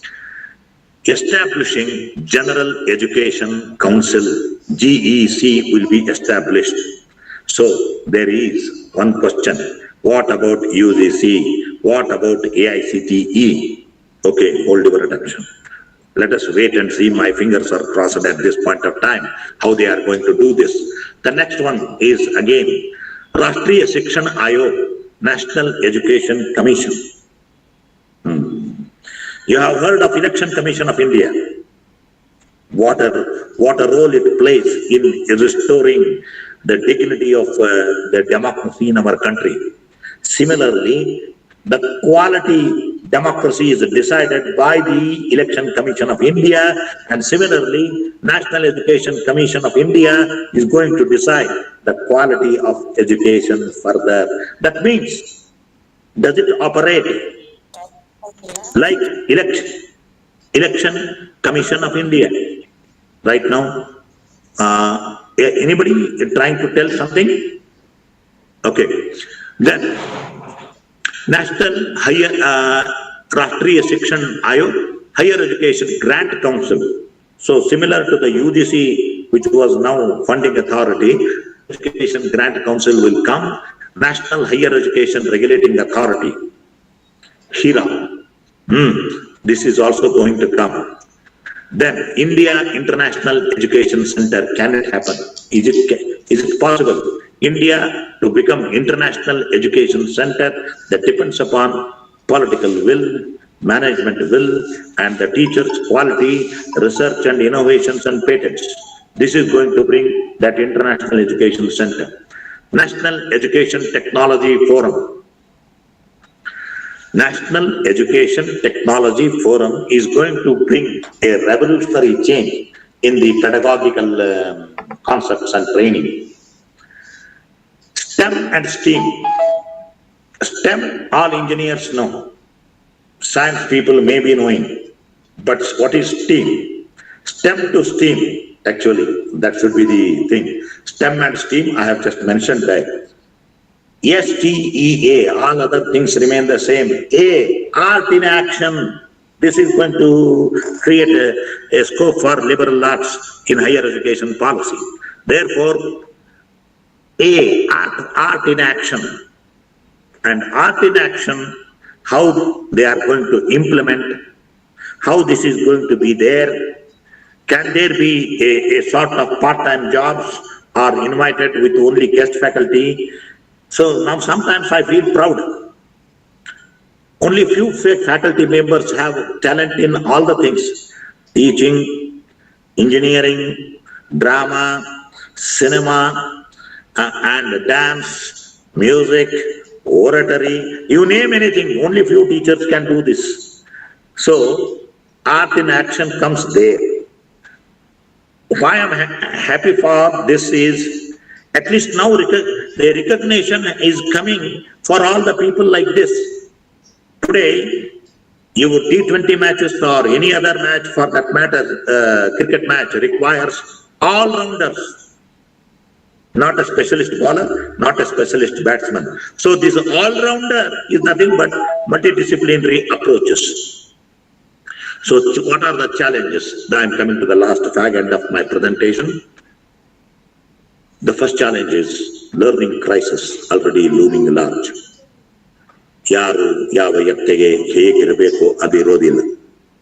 The students has come to 10th standard but not able to decipher simple language.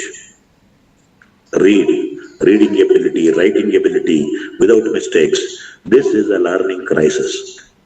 We say engineering graduates, fine. Are they able to do something relevant, meaningful? If they are not able to do that, then this is also a learning crisis. Then political intervention and clash of perceptions. I don't want to say much into this aspect. There are going to be political intervention and clash of perceptions. Then concurrent issues related challenges to affiliating structures. The challenge to the affiliating structure itself and concurrent issue, these are the sort of, the pebble in the shoe.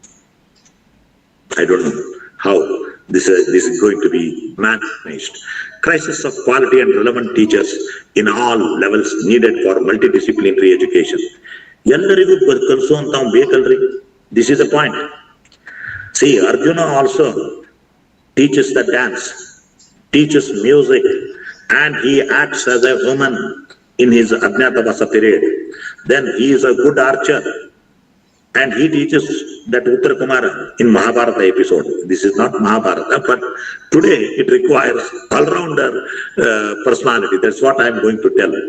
And I'm happy that my next speaker, Dr. Ravindra, is going to speak on languages. I'm really happy because an engineer is in a position to dwell upon these things. Then the accreditation, autonomy, authority, powers, these are the other challenges. Language formula and weightage what you give to the language formula. In a way, all students who are residing in the border areas of any district, any state, they are better blessed because the students in the border area, they know more languages than in the heartland of the states. Then, career research for promotion, research for economic development of nation, all these are challenges.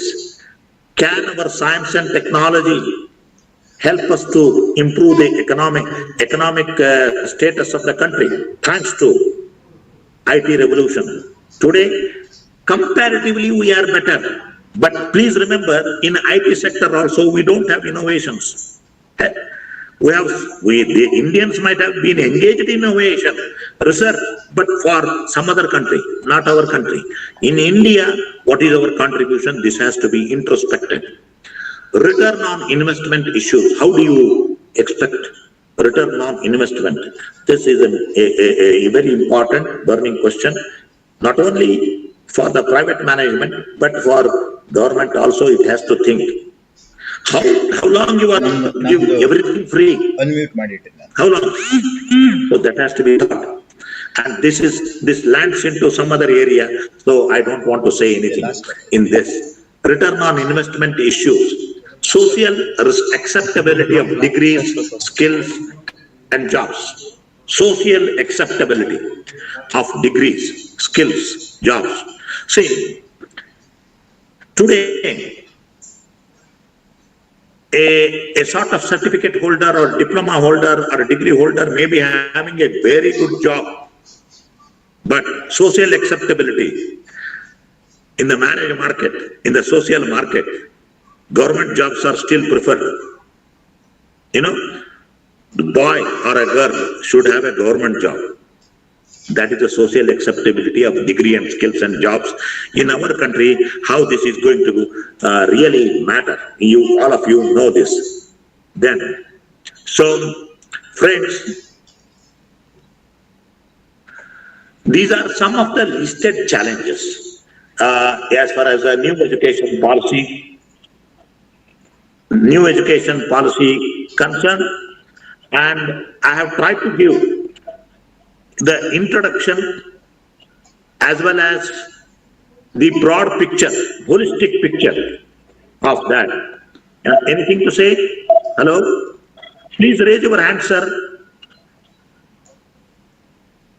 Hello? Mr. Manohar Naik and the director.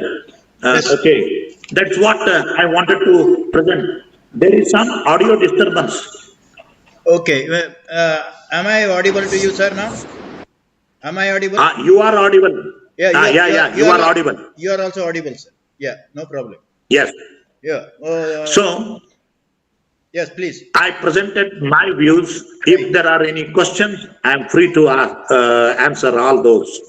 Yes, sir. Thank you, sir. Thank you very much. You have presented very well from introduction and from implementation till challenges. Very well. So now there is a 5 minutes time for our listeners to interact with Kulkarni sir if they want to have any clarification or would you like to have little more light on any of the topic he has already presented. Now it is open to our viewers and listeners. If you want to have some clarification or some interaction with our Kulkarni sir. You can unmute your mic and pose your questions.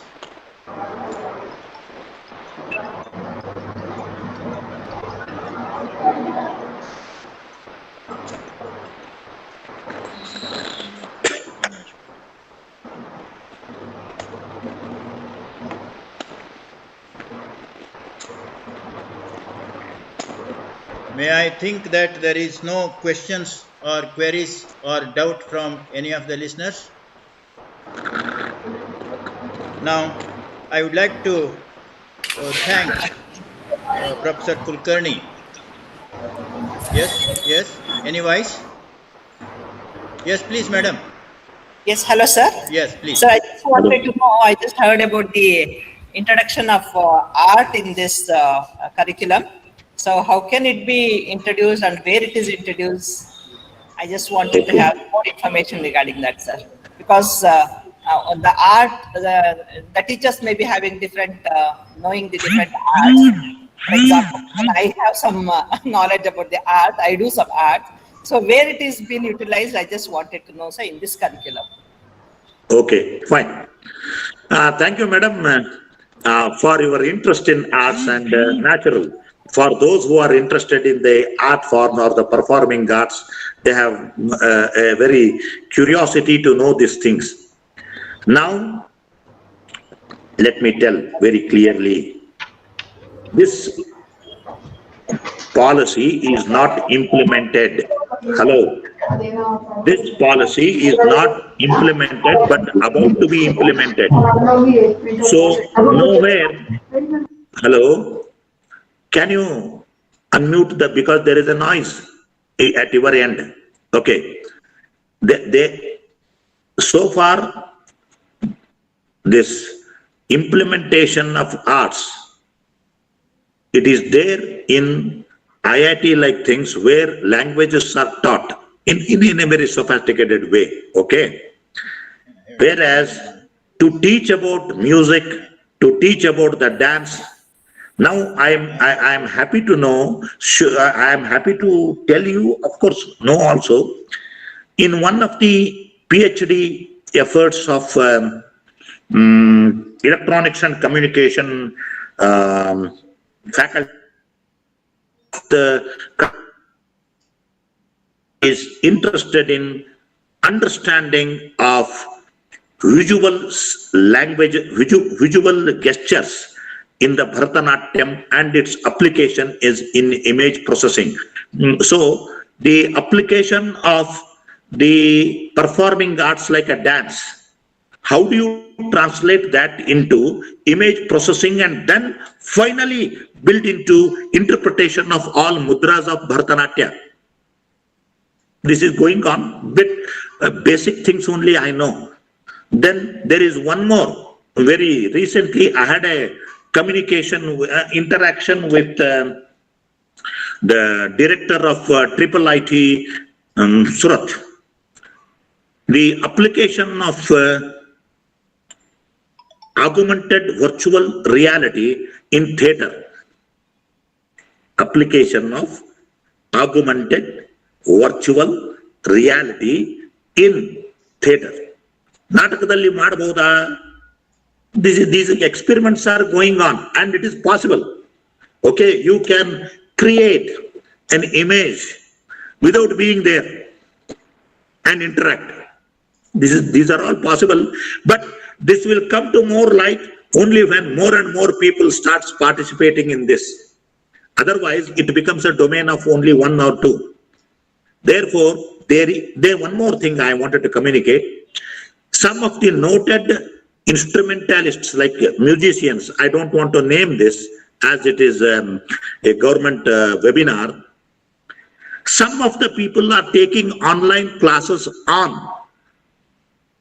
in the music also, in instruments also. If that can be taught over as, and any art education can be done. It may be having some limitations in the initial stages, but certainly it is going to create a new thing. Now, Let me quote my own personal example. The knowledge of civil engineering, my, my experience in the theater and cinema helped me to improve my lesson planning in the classes in engineering. And similarly, let me tell that also, the person sitting before us, even Manohar Naik, has a sort of a blend of language as well as the cinematic story writing. Such things are possible. Exceptions, there may be exceptions, but there must be flexibility, there must be freedom, choice to accept all these things. I hope I answered your question to some extent. Okay? Yes, sir. Or Yes, sir. anything that you would like to Unmute, madam. have? Okay, thank you, Kulkarni sir, for your clarification. And Principal Madam, I think next lecture will definitely throw some more light on your problem or your question. Okay, thank Yes, you, sir. thank you very much. Thank you, Kulkarni sir. Thank you, Madam, for asking your doubt. Once again, I thank Professor Kulkarni for a nice presentation, and he made national education policy as a very easy and simple. And it is, I know that it is a bird view. It is a big story was told in a very brief manner. Anyway, thank you very much. Now our So, next Mr. lecture. Manohar Naik, Yes, sir. Mr. Manohar Naik, Yes. I take this opportunity to express my deep sense of thanks to Directorate of Technical Education, Commissionerate of Technical Education, as well as SPIU, Manohar Naik and others, and all the 92 plus viewers. I am seeing there are 92 viewers coming from different polytechnics and engineering colleges. For polytechnics, there is a caution here, and okay, you may contact me personally, not in this regular forums. Okay, so thank you very much for your gesture of inviting me, and I tried to share some of my views. I am not leaving. I am interested to listen to Dr. Ravindra also the principal of BMSC College, to listen to that. Okay, fine. Thank you very much. Thank you, Manohar. Thank you, sir. Thank you very much. Okay, thank you once again. And now this is the turn of Dr. B.V. Ravishankar, sir, Principal, BMS College of Engineering, Bangalore. And now I invite Dr. B.V. Ravishankar to present promotion on Indian languages, arts and culture. Sir, welcome to you, sir. Thank you, sir. Sir, can you able to see my presentation? Yes, sir. Yes, sir. Yes, sir. Now, Okay. now we can see you only. Yeah. Now it is your presentation is visible. Thank you, sir. Okay. Thank you very much. Anyway, at the outset, let me thank the SPIU, DTE, as well as the Commissioner of our collegiate education for the opportunity, sir.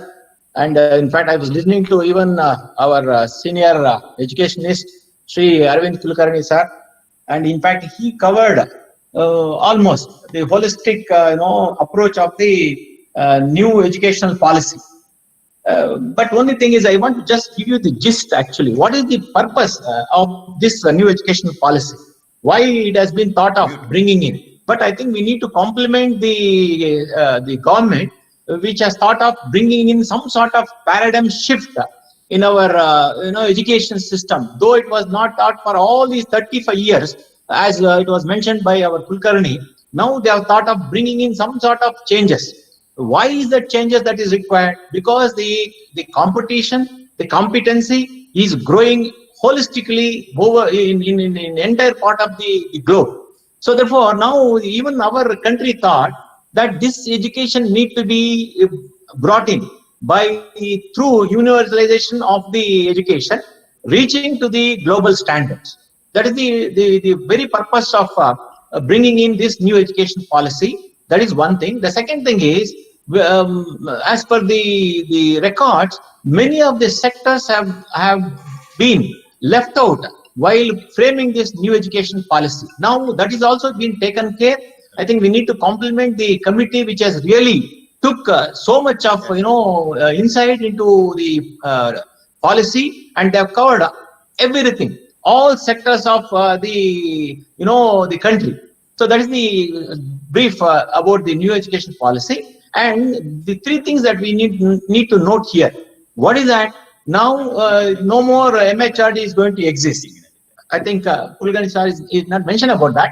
Now it is only the Ministry of Education. That means to say all the education sector brought under one umbrella. Then again, another very important part of the policy is GDP.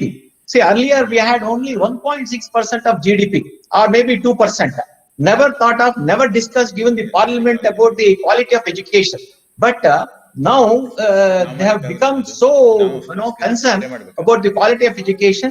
Therefore, they are planning to increase the GDP to 6%, and gradually, maybe they are going to reach to the 20%. That is the other part of the thing. And then it was mentioned, the another purpose is to enhance the enrollment. Maybe now present it is almost 26%. So maybe they want to take it to 50%. And later in the stage, with the continuous perseverance of this policy, they may want to reach 100%. That is the gist of the education policy. Yes, sir? Anything? Sir, slide show na present ಮಾಡಿ sir. ನಮಗೆ next slides view ಆಗ್ತಿಲ್ಲ. First slide ಮಾತ್ರ view ಆಗಿದೆ. ಇನ್ನ ನಾನು change ಮಾಡಿಲ್ಲ. Slide show ನ present ಮಾಡಿ ಸರ್. ನೀವು PPT ಓಪನ್ ಮಾಡಿದ್ದೀರಾ? ಆಯ್ತಾ? ಹಾ, yes sir. Very good. Okay. Thank you, sir. Thank you. Right. So, and now the other very important changes that are brought in is the holistic growth. That means to say 360 degrees growth of any student. That is another beauty. What does it mean? It is not that only earlier our way of approaching was robustic. Now it is gone to holistic. That means it's a 360-degree approach. It's not that only academic. The students have to get an opportunity to add the ingredients like the vocational, as it was said by Kulkarni sir, or curricular, extracurricular, so on and so forth. So that the student should have access to all such extracurricular activities. Therefore, the professionalism need to be improved to the global level. That is the other part. Then second thing, sir, the curriculum has been made so flexible, as it was again mentioned by Kulkarni sir. What does it mean flexible? Multiple entry, multiple exit. Then what does it mean? I am talking only with respect to higher education. That's all. So first thing is that the student can join first year. He or she completes first year, can exit and again join some other course. And whenever the student feels like rejoining, the student can join from the second year. So if it is first year is completed, discontinued, let us say, the student will get certificate of completion, course completion. The second year, now the Kulkarni was telling about the diploma. So when the student completes the second year of the course, then it will be given as a diploma course. Then third year will be degree course, and fourth year, presently the third year is like BA, BCom, BSc, all that. Then when it comes to engineering, at present also 4 year, that is continued. But only difference here is that fourth year, even if the student has really done very good job and has done some research, then it will be given as a degree course. When which and that 4 years can lead to his PhD also. He can register to PhD. That means to say he need not go through. That means earlier what was the procedure? First is he should complete 4 years, then 2 years of PG, then MPhil, and then PhD. Anyway, MPhil is going to be discontinued. However, UG, then it is PG and PhD. But now when the student has completed 4 years here, then the PG will be reduced to 1 year. So likewise, they have brought in some sort of changes. Then there will be, as it was said again, there will be only one regulatory body, national regulatory body for higher education. That is another beauty. So most of the things has been covered. So before it was only access and equity, education for all, and robust, as I said. But now, along with access and equity, other thing is added was quality oriented. Quality oriented. Now quality, there is no substitute for quality. What does it mean? We keep telling also, anything that you do should have, it's not that you go by quantity, but you need to go by quality, whether it is a teaching or a research or anything. So even research, if you are going to you go for a publication, then it should be quality, not by quantity. It should not be numbered. It's not that you add so many publications into your kitty. No. Even if it is one paper which has got high impact factor and which has got a high index, that will be taken. Even these are not very far. Say earlier we used to only monotonic way of approach, but now it is not so. One has to have, it is simply we say ask. What does it mean ask? The student should be able to acquire knowledge, acquire skill, and acquiring knowledge and skill that should change his attitude. That's what you mean to say. I mean, a simple word, I'll put it as ask. A-S-K. Attitude need to be seen, some changes. Then the student should have acquired the skill. Then knowledge, all that put together should be the holistic growth of the professional. That's what we have. Now, anyway, this all has been said. Anyway, this also everybody knows. I think many of you might have gone through this. It is earlier it was 10+2, but now it is not like that. As it was said, 5, 3, 3, 4. Then onwards it goes with the graduation for higher education. Another very important is whatever the system that we are trying to bring in to feel the idealism and the Indianism. That is again another very important focus of the national education policy. Then it again multidisciplinary university. No more like no standalone institutions. No, there has to be institutions of either autonomous or institutions of some research or institutions of purely academics. And over the time, as it was said, the institutions are going to be autonomous. That means to say you are going to give away the degrees. That is the vision with which the new education policy has been framed. Now, to do that, I think there has to be a revamping of curriculum, pedagogy, assessment, and student support for enhancing student experiences. All of us have to really join together to enhance the quality of the professionalism. Now, I want to mention here, friends, sir, is it easy for us to go in for a multidisciplinary approach? Then my question is, why not? Why not? Sir, what is that the BMSC is planning, sir? Let us say already we have constituted one committee which is looking into the possibilities of bringing in some sort of changes in which we can add the components of the new education policy. We are already into it, and I want to share some of the process already in place in BMSA as per the new educational policy. Anyway, there is governance of higher education by high qualified independent boards having academic administrative autonomy. That is another very important approach, that the governance need to be should have an independent. It is not that regulatory which is under government. That's what is going to happen. But another thing is, it is light but very tight regulation by a single regulatory for higher education. Remember, the institutions functioning is going to be observed, evaluated, and qualitatively quantified. There is no other parameters which is going to be seen in the new education policy.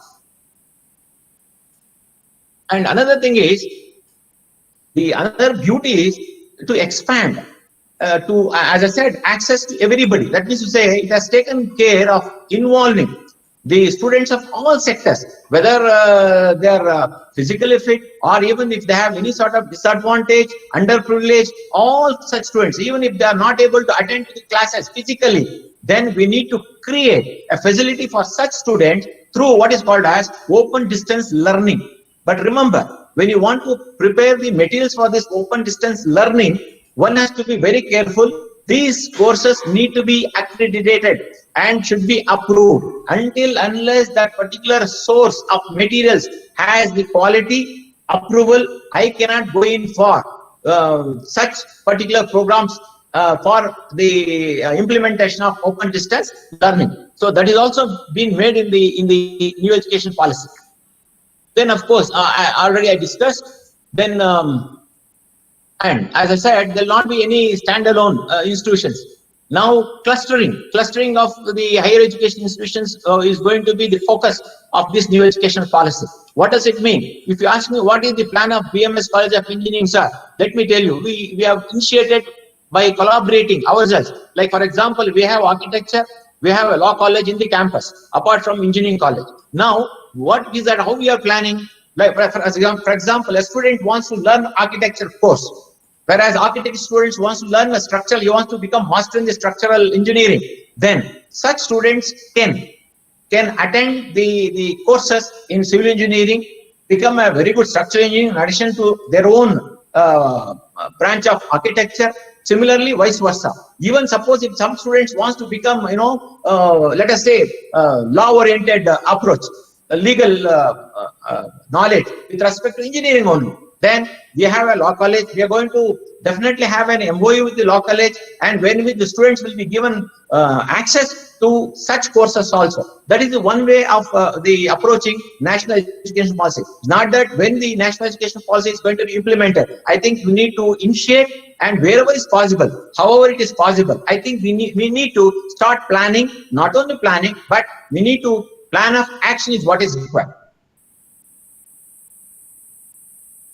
Okay, anyway, the definition usually does allow a spectrum of institutions that range from those that place equal emphasis on teaching and research, and also see it is called as, if it is making a emphasis on more on research, then apart from very less teaching, then it is called as research intensive university. And if it is teaching is the emphasis given, then it is called as what is called as the teaching intensive universities. That means to say universities are going to be two particular types. One is the research oriented, other one is the teaching oriented. But sir, is the teaching oriented, can we do away with research, sir? Definitely not. Some component. But see, I've said here, but still conduct significant research. Apart from the academics, you need to have a research also. Remember, the teaching, learning is going to be a big challenge unless we equip ourselves, right? Otherwise, we will not be able to stand in the queue of the quality. So therefore, now the institutions have to gear up. If not started, I think we need to start at least some basic things. It's not that holistically you need to approach.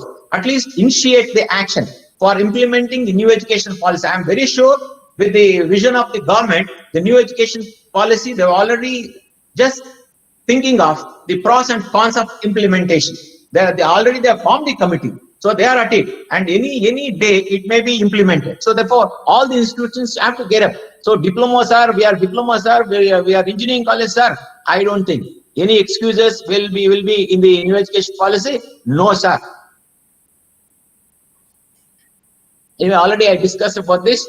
So there will be only two types. One is the autonomous, other one is the university of two types of universities. Right? What I've mentioned here. One is degree awarding autonomous institute. That's in the long run, all the institutions going to be autonomous, but with riders.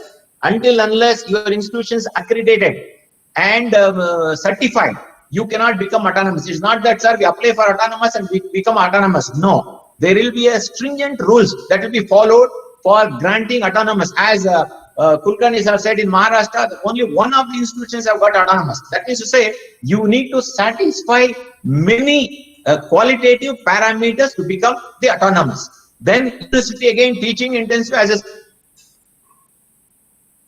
in the near future.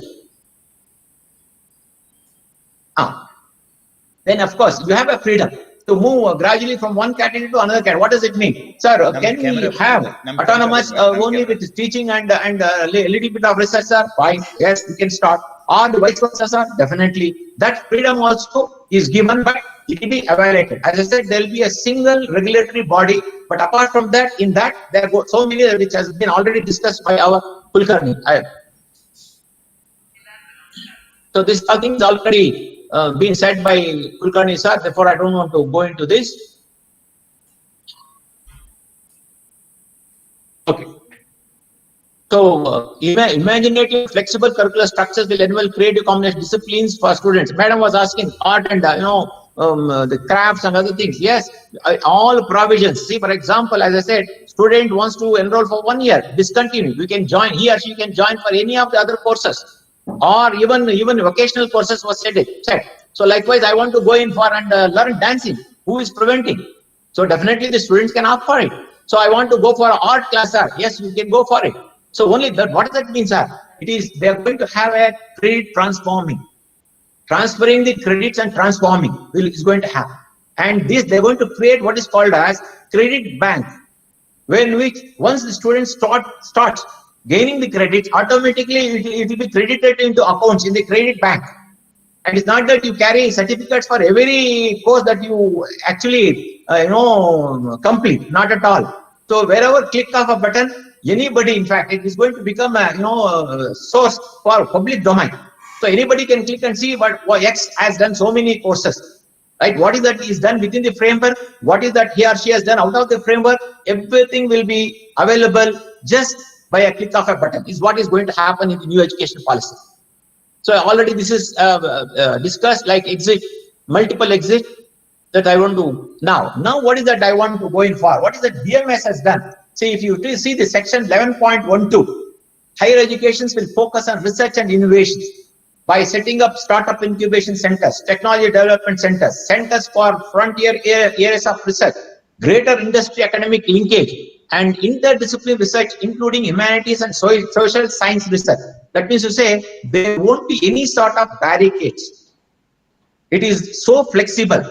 The students and in fact autonomous college slowly changing over to flexible system. Anyway, though we have few restrictions, but still within the availability framework, I think we being the professionals within the available framework, I think we should be able to plan. That's what the BMS has already planned, and this already exists in BMS. Then coming to optimal learning environment and support for students. See, what is that is required? It's not that you have the curriculum and other things. Even in addition, have you provided a conducive environment for the student to learn? That really goes with a big question mark. Then apart from that, then you add another ingredients. First thing is that in conducive environment for the student. The second thing is how you are designed your curriculum. Is that curriculum is a dynamic or a static? So if you ask me, it should be very dynamic. And any of the organization which is into the design of curriculum should have, as it was said, first information about the things that are happening in the technical world.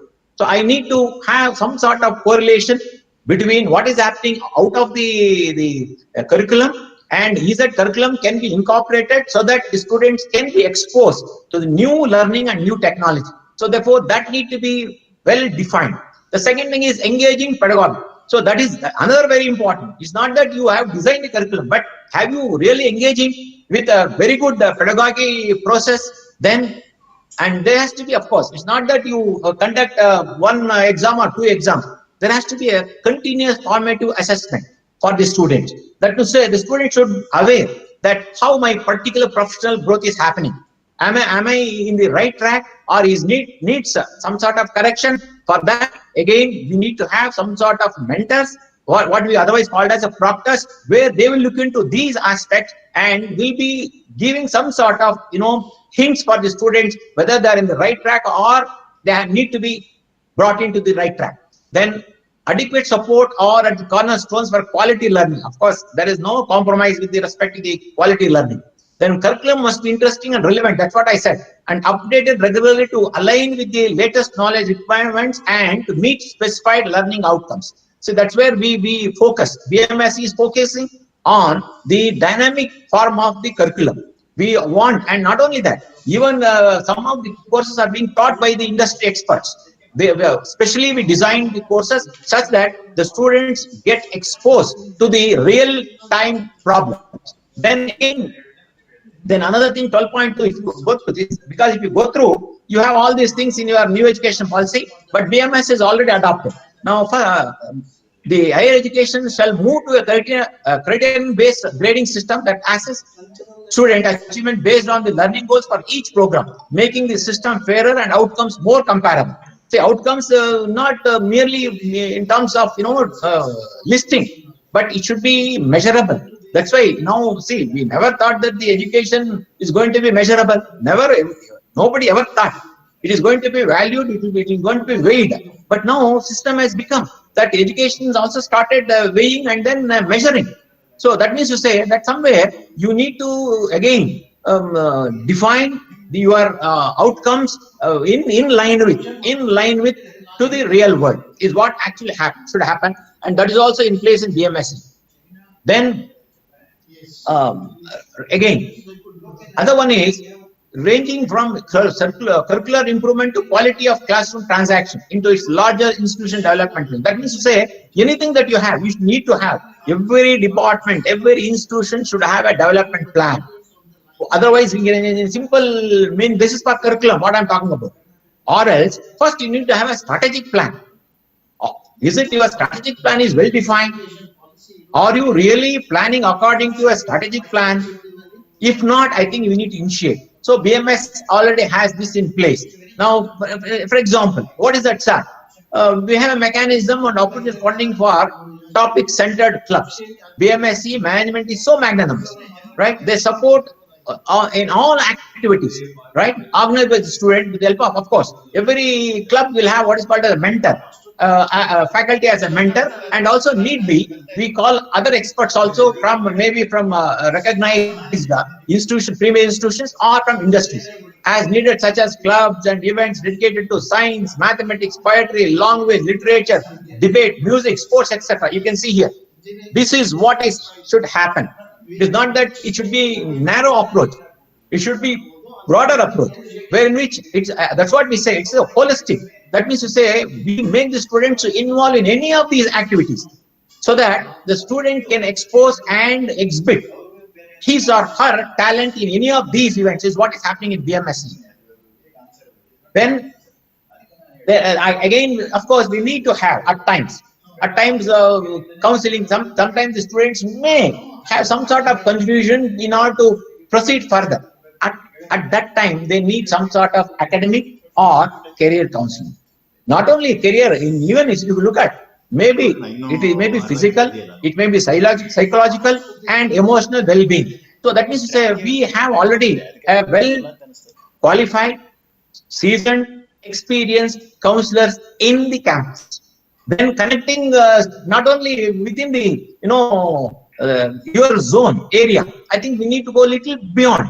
That's another particular parameter which is there in the national education policy, like internationalization. That means to say our institution also should get exposure to the outside the country. So like that, we have already Melton Foundation in place, where there will be sort of the faculty as well as the student exchange with respect to the cross-cultural learning. So and we need to attract the large number of international students. For that, what we have already have in place the International Cooperation Division. Almost 300 to 400 students are in the campus. That's what is happening in the at BMSE. That's what I said. We have already established an international students office at our institute. Then study and activity and participation. Students will be given plenty of opportunity for participation in sports, culture, arts, clubs, eco clubs, activity clubs. That means to say we need to create opportunity. And not only opportunities, we need to facilitate. We have to create the facilities. Likewise, I think on record, if you see, especially in the VTO and any of the universities participation, BMSC either they will stand number 1 or number 2. That means to say we are seeing holistic growth of the students. Then not only that, give financial support to the students. What is that we do? We give even going abroad, exhibiting things, and even attending some sort of workshops or training programs. Institutions provides all sorts of the support, and also not only that, requisite support to students from rural background. Like for example, Kulkarni sir was telling the language, English language. Definitely, I think I request all of you to visit our the laboratory that we have created. And English language is there. Not only that, even other foreign languages. There is a foreign language, lab also in place in BMS College of Engineering. So that to create an equal opportunity or equity in approach. Then, of course, as I said, there is going to be lot of transformation have to happen, especially with respect to teaching, learning, in particular teachers. No compromise. I think we need to upgrade and keep updating ourselves. Not to upgrade and keeping update, I think we have to go in for churning, I think. And how, sir? That's why, we have faculty development program and workshop, webinars, and so on and so forth. But until unless we start practicing, then like NBA earlier, it was NBA is there. Now, one more thing has come, what is called as CDIO. What does it mean? One has to conceive. Then not only conceiving, you should be able to design. Then designing, it should be implementable and it should operate. That means to say, this is how the system is going to be. That is the next level of outcomes which you are going to be expecting. Remember, that means to say CDIO, right? Many of the foreign countries already have started practicing this. Even if you ask me what is in BMIC, we have initiated already. Right? And teach us where the resources are for quality learning and progressing. You can use, now they are going to already created, what is called as Swayam is there, Diksha is there. Maybe at present they are going for online because of the COVID. Now, if you ask me, COVID, sir, did COVID prevent any of our progress, sir? Definitely not. Look at this now. Today we are having a webinar with respect to the national education policy and also how the languages are going to really influence in learning the activities. This is what is happening. What is it prevented? Nothing. That means to say, COVID, as a professionals, I think we need to take it to our advantage. How, sir? Because it has created opportunities for us to learn new things, follow new dimensions, learn new technologies, expand ourselves, get exposed to new thoughts. All this is happening. Why? Because of the pandemic, COVID. Never we sat or gave a reason for COVID and kept ourselves aloof. Not at all. Right? So that's why we need to adapt yourself. That's why I always keep telling the professionals have to be like a liquid. What does it mean? Anytime anything changes occurs, maybe some time, but we need to adapt to the shape, adapt to the environment, and we need to start working in those lines is what actually should happen. Then anyway, as I said, regulatory commission or system, or there are, each one has a separate roles, right? NHERC, National Higher Education Regulatory Council, what is being mentioned by, again, Kulkarni sir, this is the holistic, regulatory body, which is going to go in for approval and other process. Then the NAC, there won't be any sort of NBA or NAC or LIC, no such things. It is only NAC, National Accreditation Council. They are going to really define and approve your quality of the institution.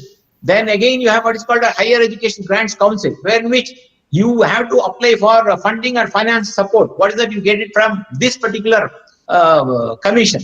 Then also it was mentioned, General Education Council, which will frame, like NBA used to frame the outcomes, required outcomes or attributes. Now it is not so. So it is going to be through what is called as General Education Council, which will frame graduate attributes, expected learning outcomes. Then apart from that, that is what NHEQUE, National Higher Education Quality Framework. Under that will be formulated by GSE, which will look into only the expected outcomes of the students. Then of course all this is now this is what is my topic today. Why should we learn education in mother tongue? Simple. Nana mother tongue idana kalibeku. Iga nanu English inda Kannadage ಆದಾಗ ಒಂಥರ ಎಷ್ಟು ಚಂದವಾಗಿ ಅನ್ಸತ್ತೆ ಅಂತಂದ್ರೆ ನಮ್ಗೆಲ್ಲ ಗೊತ್ತಿರ್ಬೋದು. ಒಂದು simple example ಹೇಳ್ಬೇಕು ಅಂತಂದ್ರೆ, ಈ ಚಿಕ್ಕ ಮಕ್ಕಳು let us say of different region ಆಗಿರ್ಬೋದು, ಲ್ಯಾಂಗ್ವೇಜ್ ಆಗಿರ್ಬೋದು, ಮೇ ಬಿ ಅರೌಂಡ್ 4 years ಅಂತ ಇಟ್ಕೊಂಡು ಅವ್ರಿಗೊಂದು ರೂಮಲ್ಲಿ ಹಾಕ್ಬೇಡ, ಒಂದು 2 ಬಾಲ್ ಕೊಟ್ಬೇಡ, ಏನಾಗ್ಬೋದು? ಸ್ವಲ್ಪ ಹೊತ್ತಿಗೆ ಮಾತ್ರ ಅವರು they will be sitting aloof, they will be looking at each one's face, but after few minutes they start playing ball. Maybe one child will come and take the ball, immediately the other child will come, then after few minutes, believe me my friends, all of them will start playing together, exchanging thoughts. Need not be through language, but still they will start playing together and exchanging, right? Why? Because of the conducive environment and maybe the age factor. And other thing is that is a common way of communication. That means to say, suppose you have a, like now put that common way of communication is a mother tongue. How best it will be? Even if they don't have a common language, but still they are able to communicate. But if that is in terms of mother tongue, how well then they can communicate, right? That is the question with which we need to start. Then, so if you see in India, if you look at the countries, whether it is US, Brazil, China, Indonesia, Mexico, all that, India is really moving towards 197 endangered languages.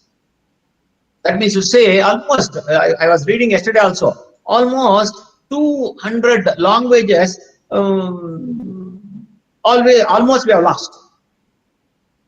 Such being the case, then as per the, that is in India, look at this, 19,500 mother tongues are spoken as per the census data. But as per our constitution, 22 languages have been recognized. And in that, you can see Kannada also one among them. Right?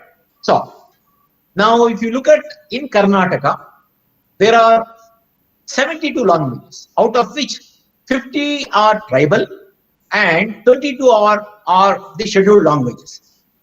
Then, and if you are practicing in the mother tongue, right, what will be the advantage? I think all of us know, right? Many of the students, I had a very good friend by name Venkatrao from Andhra. He was so poor in English, but so good in Telugu. But remember, he was so good in technical also. In fact, he came to, I was also in IAC, he joined IAC with a very high rank in the gate. But still he continued to write the gate. Though not so good in English, but so good in mother tongue.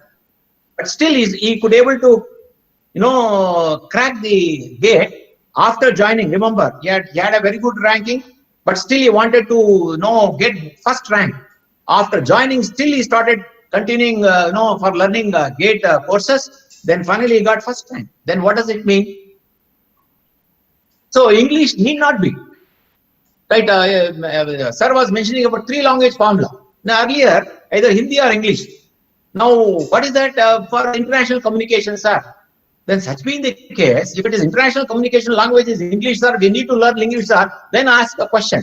What about Japan? What about China? What about Russia? What about Germany? All these countries, once I had gone to Germany, when I signed in English, they said, is it your mother tongue is English? Then why do you want to sign in English? This was a question asked by that German man. Let me say that even if you practice learning in your own mother tongue, still you can acquire the skill, the knowledge. Maybe later on, in due course of time, with the exposure and experience, I think that the other language, automatically you will be able to learn and you will learn. Right? So easier for student to pick up and learn other language. It becomes, if you are strong in mother tongue, even you can see, if you really think any of the problems, first thing that will come into your mind is your mother tongue only. The solution will be in your mother tongue. Please try. That's what I said. Anything that you do, basically the brain, this is what is research. Basically the brain converts all language into mother tongue, which is, we feel very comfortable. Then, and also the other thing research shows, the special place in brain for mother, there is a special space has been occupied. It has been stored, right? So mother tongue. Therefore, the moment you are, see, it's again I'll tell you one example. Whenever you go to other countries, suppose if a Kannadiga meets you and speaks to you in Kannada, how you feel? Just imagine that. So mother tongue develops a student personal, social, and cultural identity, which is focus of national education policy. This is why a national education policy is focusing on regional languages. And I want to tell you, now the central government already has nearly 9 universities. They are working on translation of the region, the technical books into regional languages. I am also one of the committee members of BTU, where AICT has directed to bring in some sort of changes and translate the technical books. It's not, not going to be, late. Very soon, the books are going to be released. That's one part. The second part is the government is planning to start the technical colleges with in regional language in many parts of the country, so that giving access to all those who are afraid of learning, keeping though they want to learn, but still because of the barrier in the language, such students also will be attracted. That's why one of the objectives is to increase the enrollment ratio to 50%, maybe 100% later on. That means to say, people from the rural side especially, they have all such inferiority complex. Now the government is trying to break those things and bring them to the mainstream. So to bring them to the mainstream, that means to say, what they like, I think we need to give it in the same direction. So that's what is planning. So mother tongue can help in developing better critical thinking and literacy skills. Obviously, suppose if I have some problems, if it is taught in my own mother tongue, then definitely I have so much of spectrum to think, and not only that, even improve my literacy skills. So skills learned, and another thing, remember, skills learned in mother tongue, definitely you will never forget. Even if you learn many languages, whatever you have learned earlier, even today, I think you may recollect. So it will go only when you leave this particular world. So that is the advantage of the learning things in our mother tongue. Then also research shows the students learning in mother tongue adopt a better understanding of the curriculum. Beauty. Yes, because it becomes so easy. It becomes so easy for them to adapt. Right? Only challenges, of course, we have challenges in translating, technical words. But still, the beauty is the central government, with the support of the universities, 9 universities are training, and already we have assigned the responsibilities to well qualified people in these areas. The student enjoy and learn faster as they are comfortable with mother tongue. Obviously, that is also, I need not tell. Increase the self-esteem, right? It's not that, see, sir, I'm too good in English. Now that has become some sort of fashion everywhere, that calling mummy daddy. But earlier we were all, in fact, I studied in Kannada medium only. Today I'm speaking in English. I can present very well. So what is that prevented me learning the language, other languages? But I have to be strong in my mother tongue language. That will definitely improves our self-esteem. Then not only that, even for the children, of course, up to 6th grade, you have to have your own mother tongue only. But still, even later on, the parents will have easy access to the academic activity of the child. They can also involve. It's not that, see, what is happening, parents wants to really put their wards into very high-fi schools. But when it asks them to really guide, it goes with the question mark. But if it is brought, if the provision is made for the children also to study in their own mother tongue, then even the involvement of parents also can be enhanced. But there are a few disadvantages. Just maybe global mobility in future may become slight of challenge. Not that it cannot be prevented, but there may be some challenges. Then, and again, adopting to in the mother tongue in the higher education, maybe slightly it may become not so comfortable. And another difficulty that we have is, though, see, for example, technically not easy to translate, obviously. For example, engineer, what is it you call engineer in Kannada? There is no proper word. Abhyantaru, no, that's not a correct word. So we need to retain as an engineer only, right? So somewhere, wherever it needs to be retained, I think we need to retain. But however, wherever it is to be, so for example, if I tell circle, even for a village student, he or she will definitely understand much better, instead of putting that in the translated language. So that means somewhere we will have some sort of difficulties. And And not only that, now even now you know, suppose if you want to translate, a thing that we usually use is Google, but there will be some sort of challenge in availability of quality of resources. Then somebody, this is with question mark, I'm telling you, miss global opportunity. I don't say they'll miss somewhere because they may prefer with international language. Then maybe connecting to the rest of the world maybe become bleak, no problem. But if that is the case, then the answer is, how about China today? China is taking almost all the infrastructure development in almost all the countries. Same with Germany. If you take the vehicles, Germany has dominated. So that means this goes with questions and answers.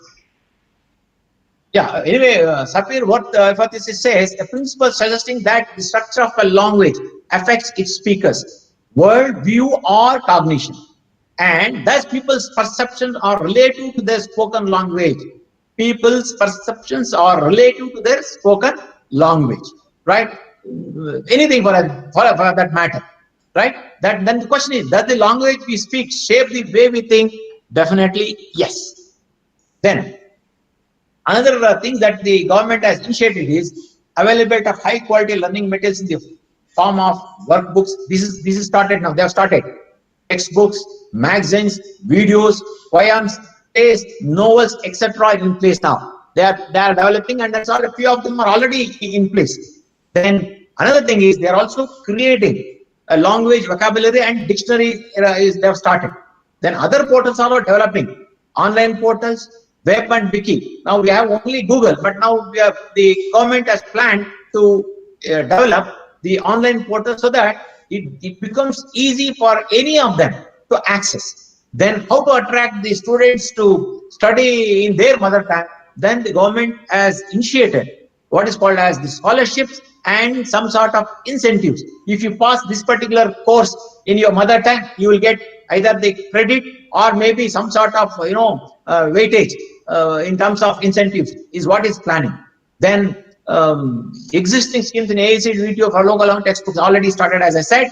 We have already initiated, and most probably by June you are going to see many of the technical books getting translated in our Kannada language. That is going to be seen very shortly. Not only that, and maybe one of the engineering colleges going to surface which will start teaching in the local language only.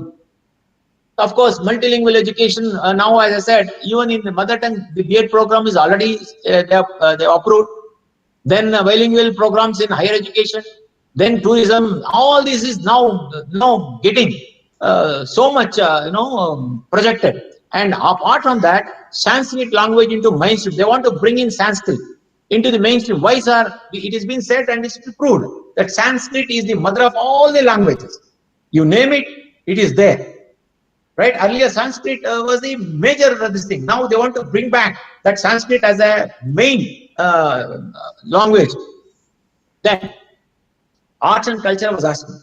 So now it has become, that's the reason why they want to promote and help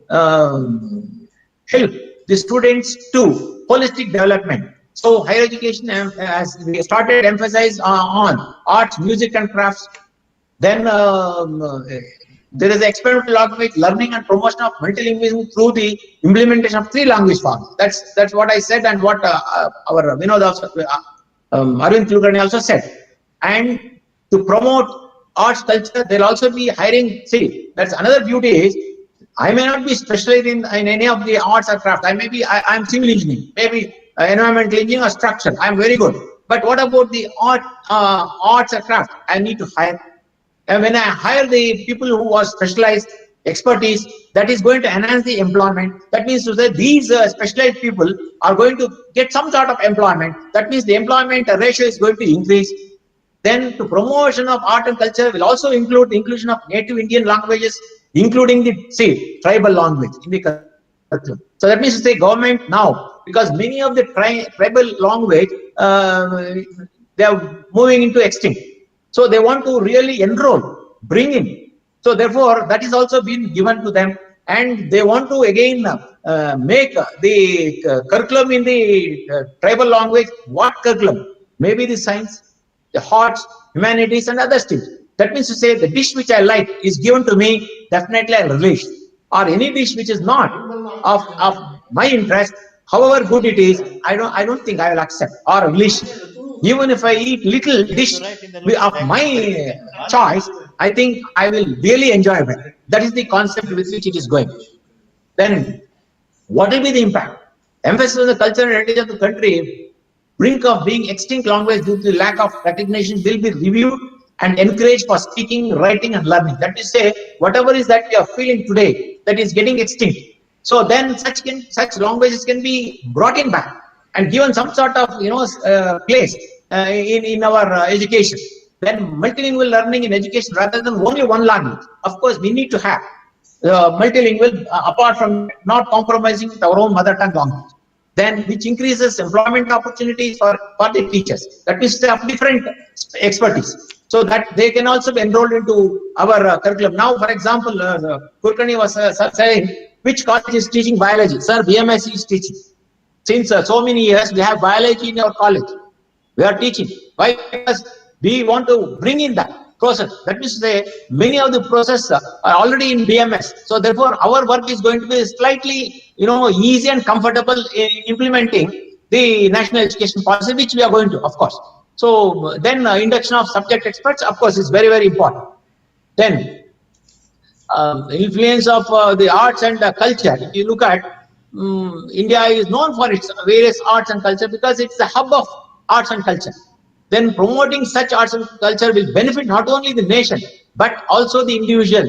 Even they will feel proud and pride having recognized, right? And not only, and then that is going to be really presented to the outside the country. It will enable them to have sense of belonging and identify and value their culture and tradition. That means to say you can enhance the value of such traditions. So various initiatives will be taken to foster the promotion of arts and culture in schools and higher education, which will be included at every level. Remember, it will be it is going to be in the higher education also. That means freedom is given to the student. Vocational, training, vocational approach, education. That means all these ingredients will be added for the student, right? And multilingual learning, rather than using just Hindi or English as the medium of teaching, will also be encouraged. Then, with this, I have put all that words, and I will say thank you. One minute. Unmute, madam. Thank you, sir. Thank you very much. Really, I was exhausted in your very involved speech. When you touched these 2 points about our culture, our language, you are also a little more emotional and very powerful presentation. Anyway, sir, this is BMS College is already stepped into the shoes of new education policy, national education policy. Already you have started because your autonomy has helped a lot. But in the Yes, sir. Yes. in a new national education policy, the very important factor is autonomy. Unless autonomy status is given to any institution, they cannot implement all these things, what all things needed for the locally needed things. Sir, but still, I have a small suggestion here, sir. Yeah. I don't think we need to wait for any such particular, autonomy. But still, what is that we can do is within the availability. That's it. Somewhere you need to compromise and sacrifice. So if that is the case, then we can bring in what is called as value added in order to enhance the professionalism of the students out of the box. What is that we say? We tell the student, please read the lines, read in between the lines, read out of the lines. When we say that, why can't we work little out of our box? Yeah. So introduce some sort of what is called as value added courses in order to bridge the gap. I don't think, let them definitely try for the autonomy, but still, can we make it? I think that question needs to be answered. Yeah, that also needed a kind of a autonomy, sir. This is because you are thinking in that very positive way because you are in an autonomous institution. This is also needed. And the thing is, congratulations for you already started our thinking towards National Education Policy 2020. But anyway, the madam, principal madam, one was asked question at the end of the previous lecture. Still, madam is eager to ask one more question that I think that she is quite eager. And now I would like to add to her, supplement to her question that you are regarding the implementation or a promotion of Indian languages, arts and culture. It was a very exhaustive and beautiful presentation. The one point still it is in the implementation stage, because we don't know many of the problems. Many problems may occur at the time of implementation only. But still that madam has a doubt, and still she may raise that doubt once again, I think. At what stage these fine arts or arts they can interfere or they can enter into in, then what weightage will be given, how they can enter, and how it will be considered, and after the completion of the degree, in this way, what is the actual position of these fine arts? That is the, I think, basic question of the madam. And again I will ask madam to clarify her doubt. Madam, please ask your question. Yes, sir, that's right, sir. Whatever you said, that's the right thing what I had in my mind. And along with that, I want to add one more. Yeah. What will be the role of the present teachers if they are qualified in those things, in arts and other things? Will they be utilized for this? That's what I said, madam. First thing, for the second question, I'll answer. Now, all such expertise will be brought in. That's the one advantage that is going to be there in the new education policy. Yes, sir. Right? And see, the freedom will be, say, flexibility will be given at all levels. Even if you go to the lower level of the student, right, it will be given. They can go vocational training. Suppose I want to become an master in arts. You take for 3 months. Become a specialization, or the institution can float as a, like, for example, in many of the schools, I know they have a dance teacher. Yes. Where is the thing in the curriculum? But still they have created a provision for the students to come and enroll for dancing, classical dancing, and so many things. So that means that we need to plan like that. So we need to identify who are really students of such caliber. That should really some sort of exercise that we need to do, right? See, first thing is when the student enter our particular organization, I think we need to evaluate their talents, the potentials. Then we need to group them, and then we have to ask them whether you are interested in this particular area of your interest. Then accordingly, I think we need to assign. Yes, sir. Yes, sir. Thank you. Yes, sir. Sir, thank you, sir. Thank you very much for your very, very good and impressive speech. And you said about idealism, Indianism, that idealism, Indianism is through this promotion of Indian languages only, sir. Is it right? So, through these Indian languages, arts and culture, and definitely this Indianism will be highlighted. And another thing you said, that local language or mother tongue is very important. So just would like to remember one thing. R.K. Narayan, everybody heard his name. Malgudi days, R.K. Narayan. He was very famous, almost number one Indian English writer. But he wrote in English. But many critics of R.K. Narayan said, if he would have written in Tamil, he would have become more famous than what R.K. Narayan is now. That is the importance of language, mother tongue or our regional language. If we communicate, if you study, if you learn in our own mother tongue, definitely it will help, as Ravi Shankar sir has given the examples of Germany, Russia, China, and Japan. I would like to give one example here. What our department, education department here in Karnataka also, we have already started in that thinking and started functioning in this direction. In Bangalore, they have adopted nearly 4 primary schools adopted by ITBT, and they have already given some exercises to school children. They are developing beautiful devices, electronic devices, how Chinese are developing.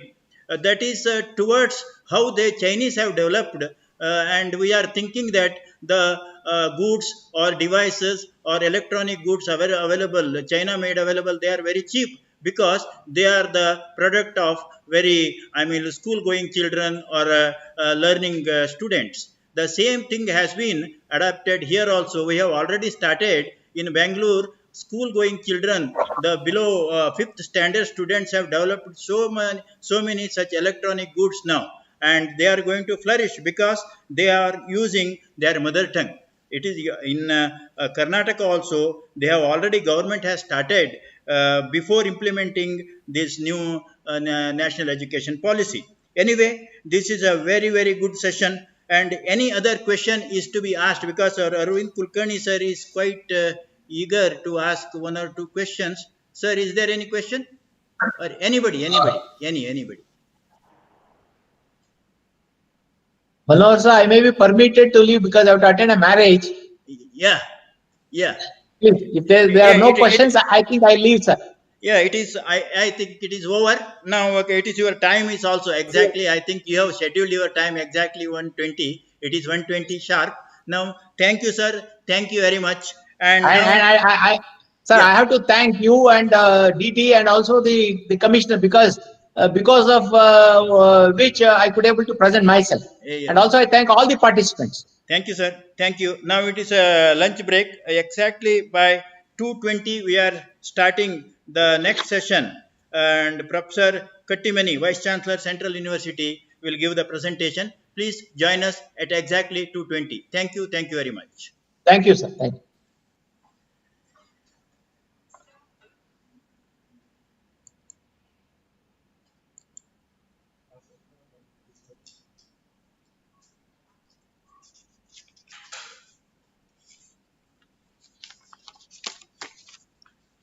Yes. 2:10 ಬರ್ತಾನೆ ನಾವು. Okay. ಹೋಗೋಣ sir ಹಂಗಾರೆ.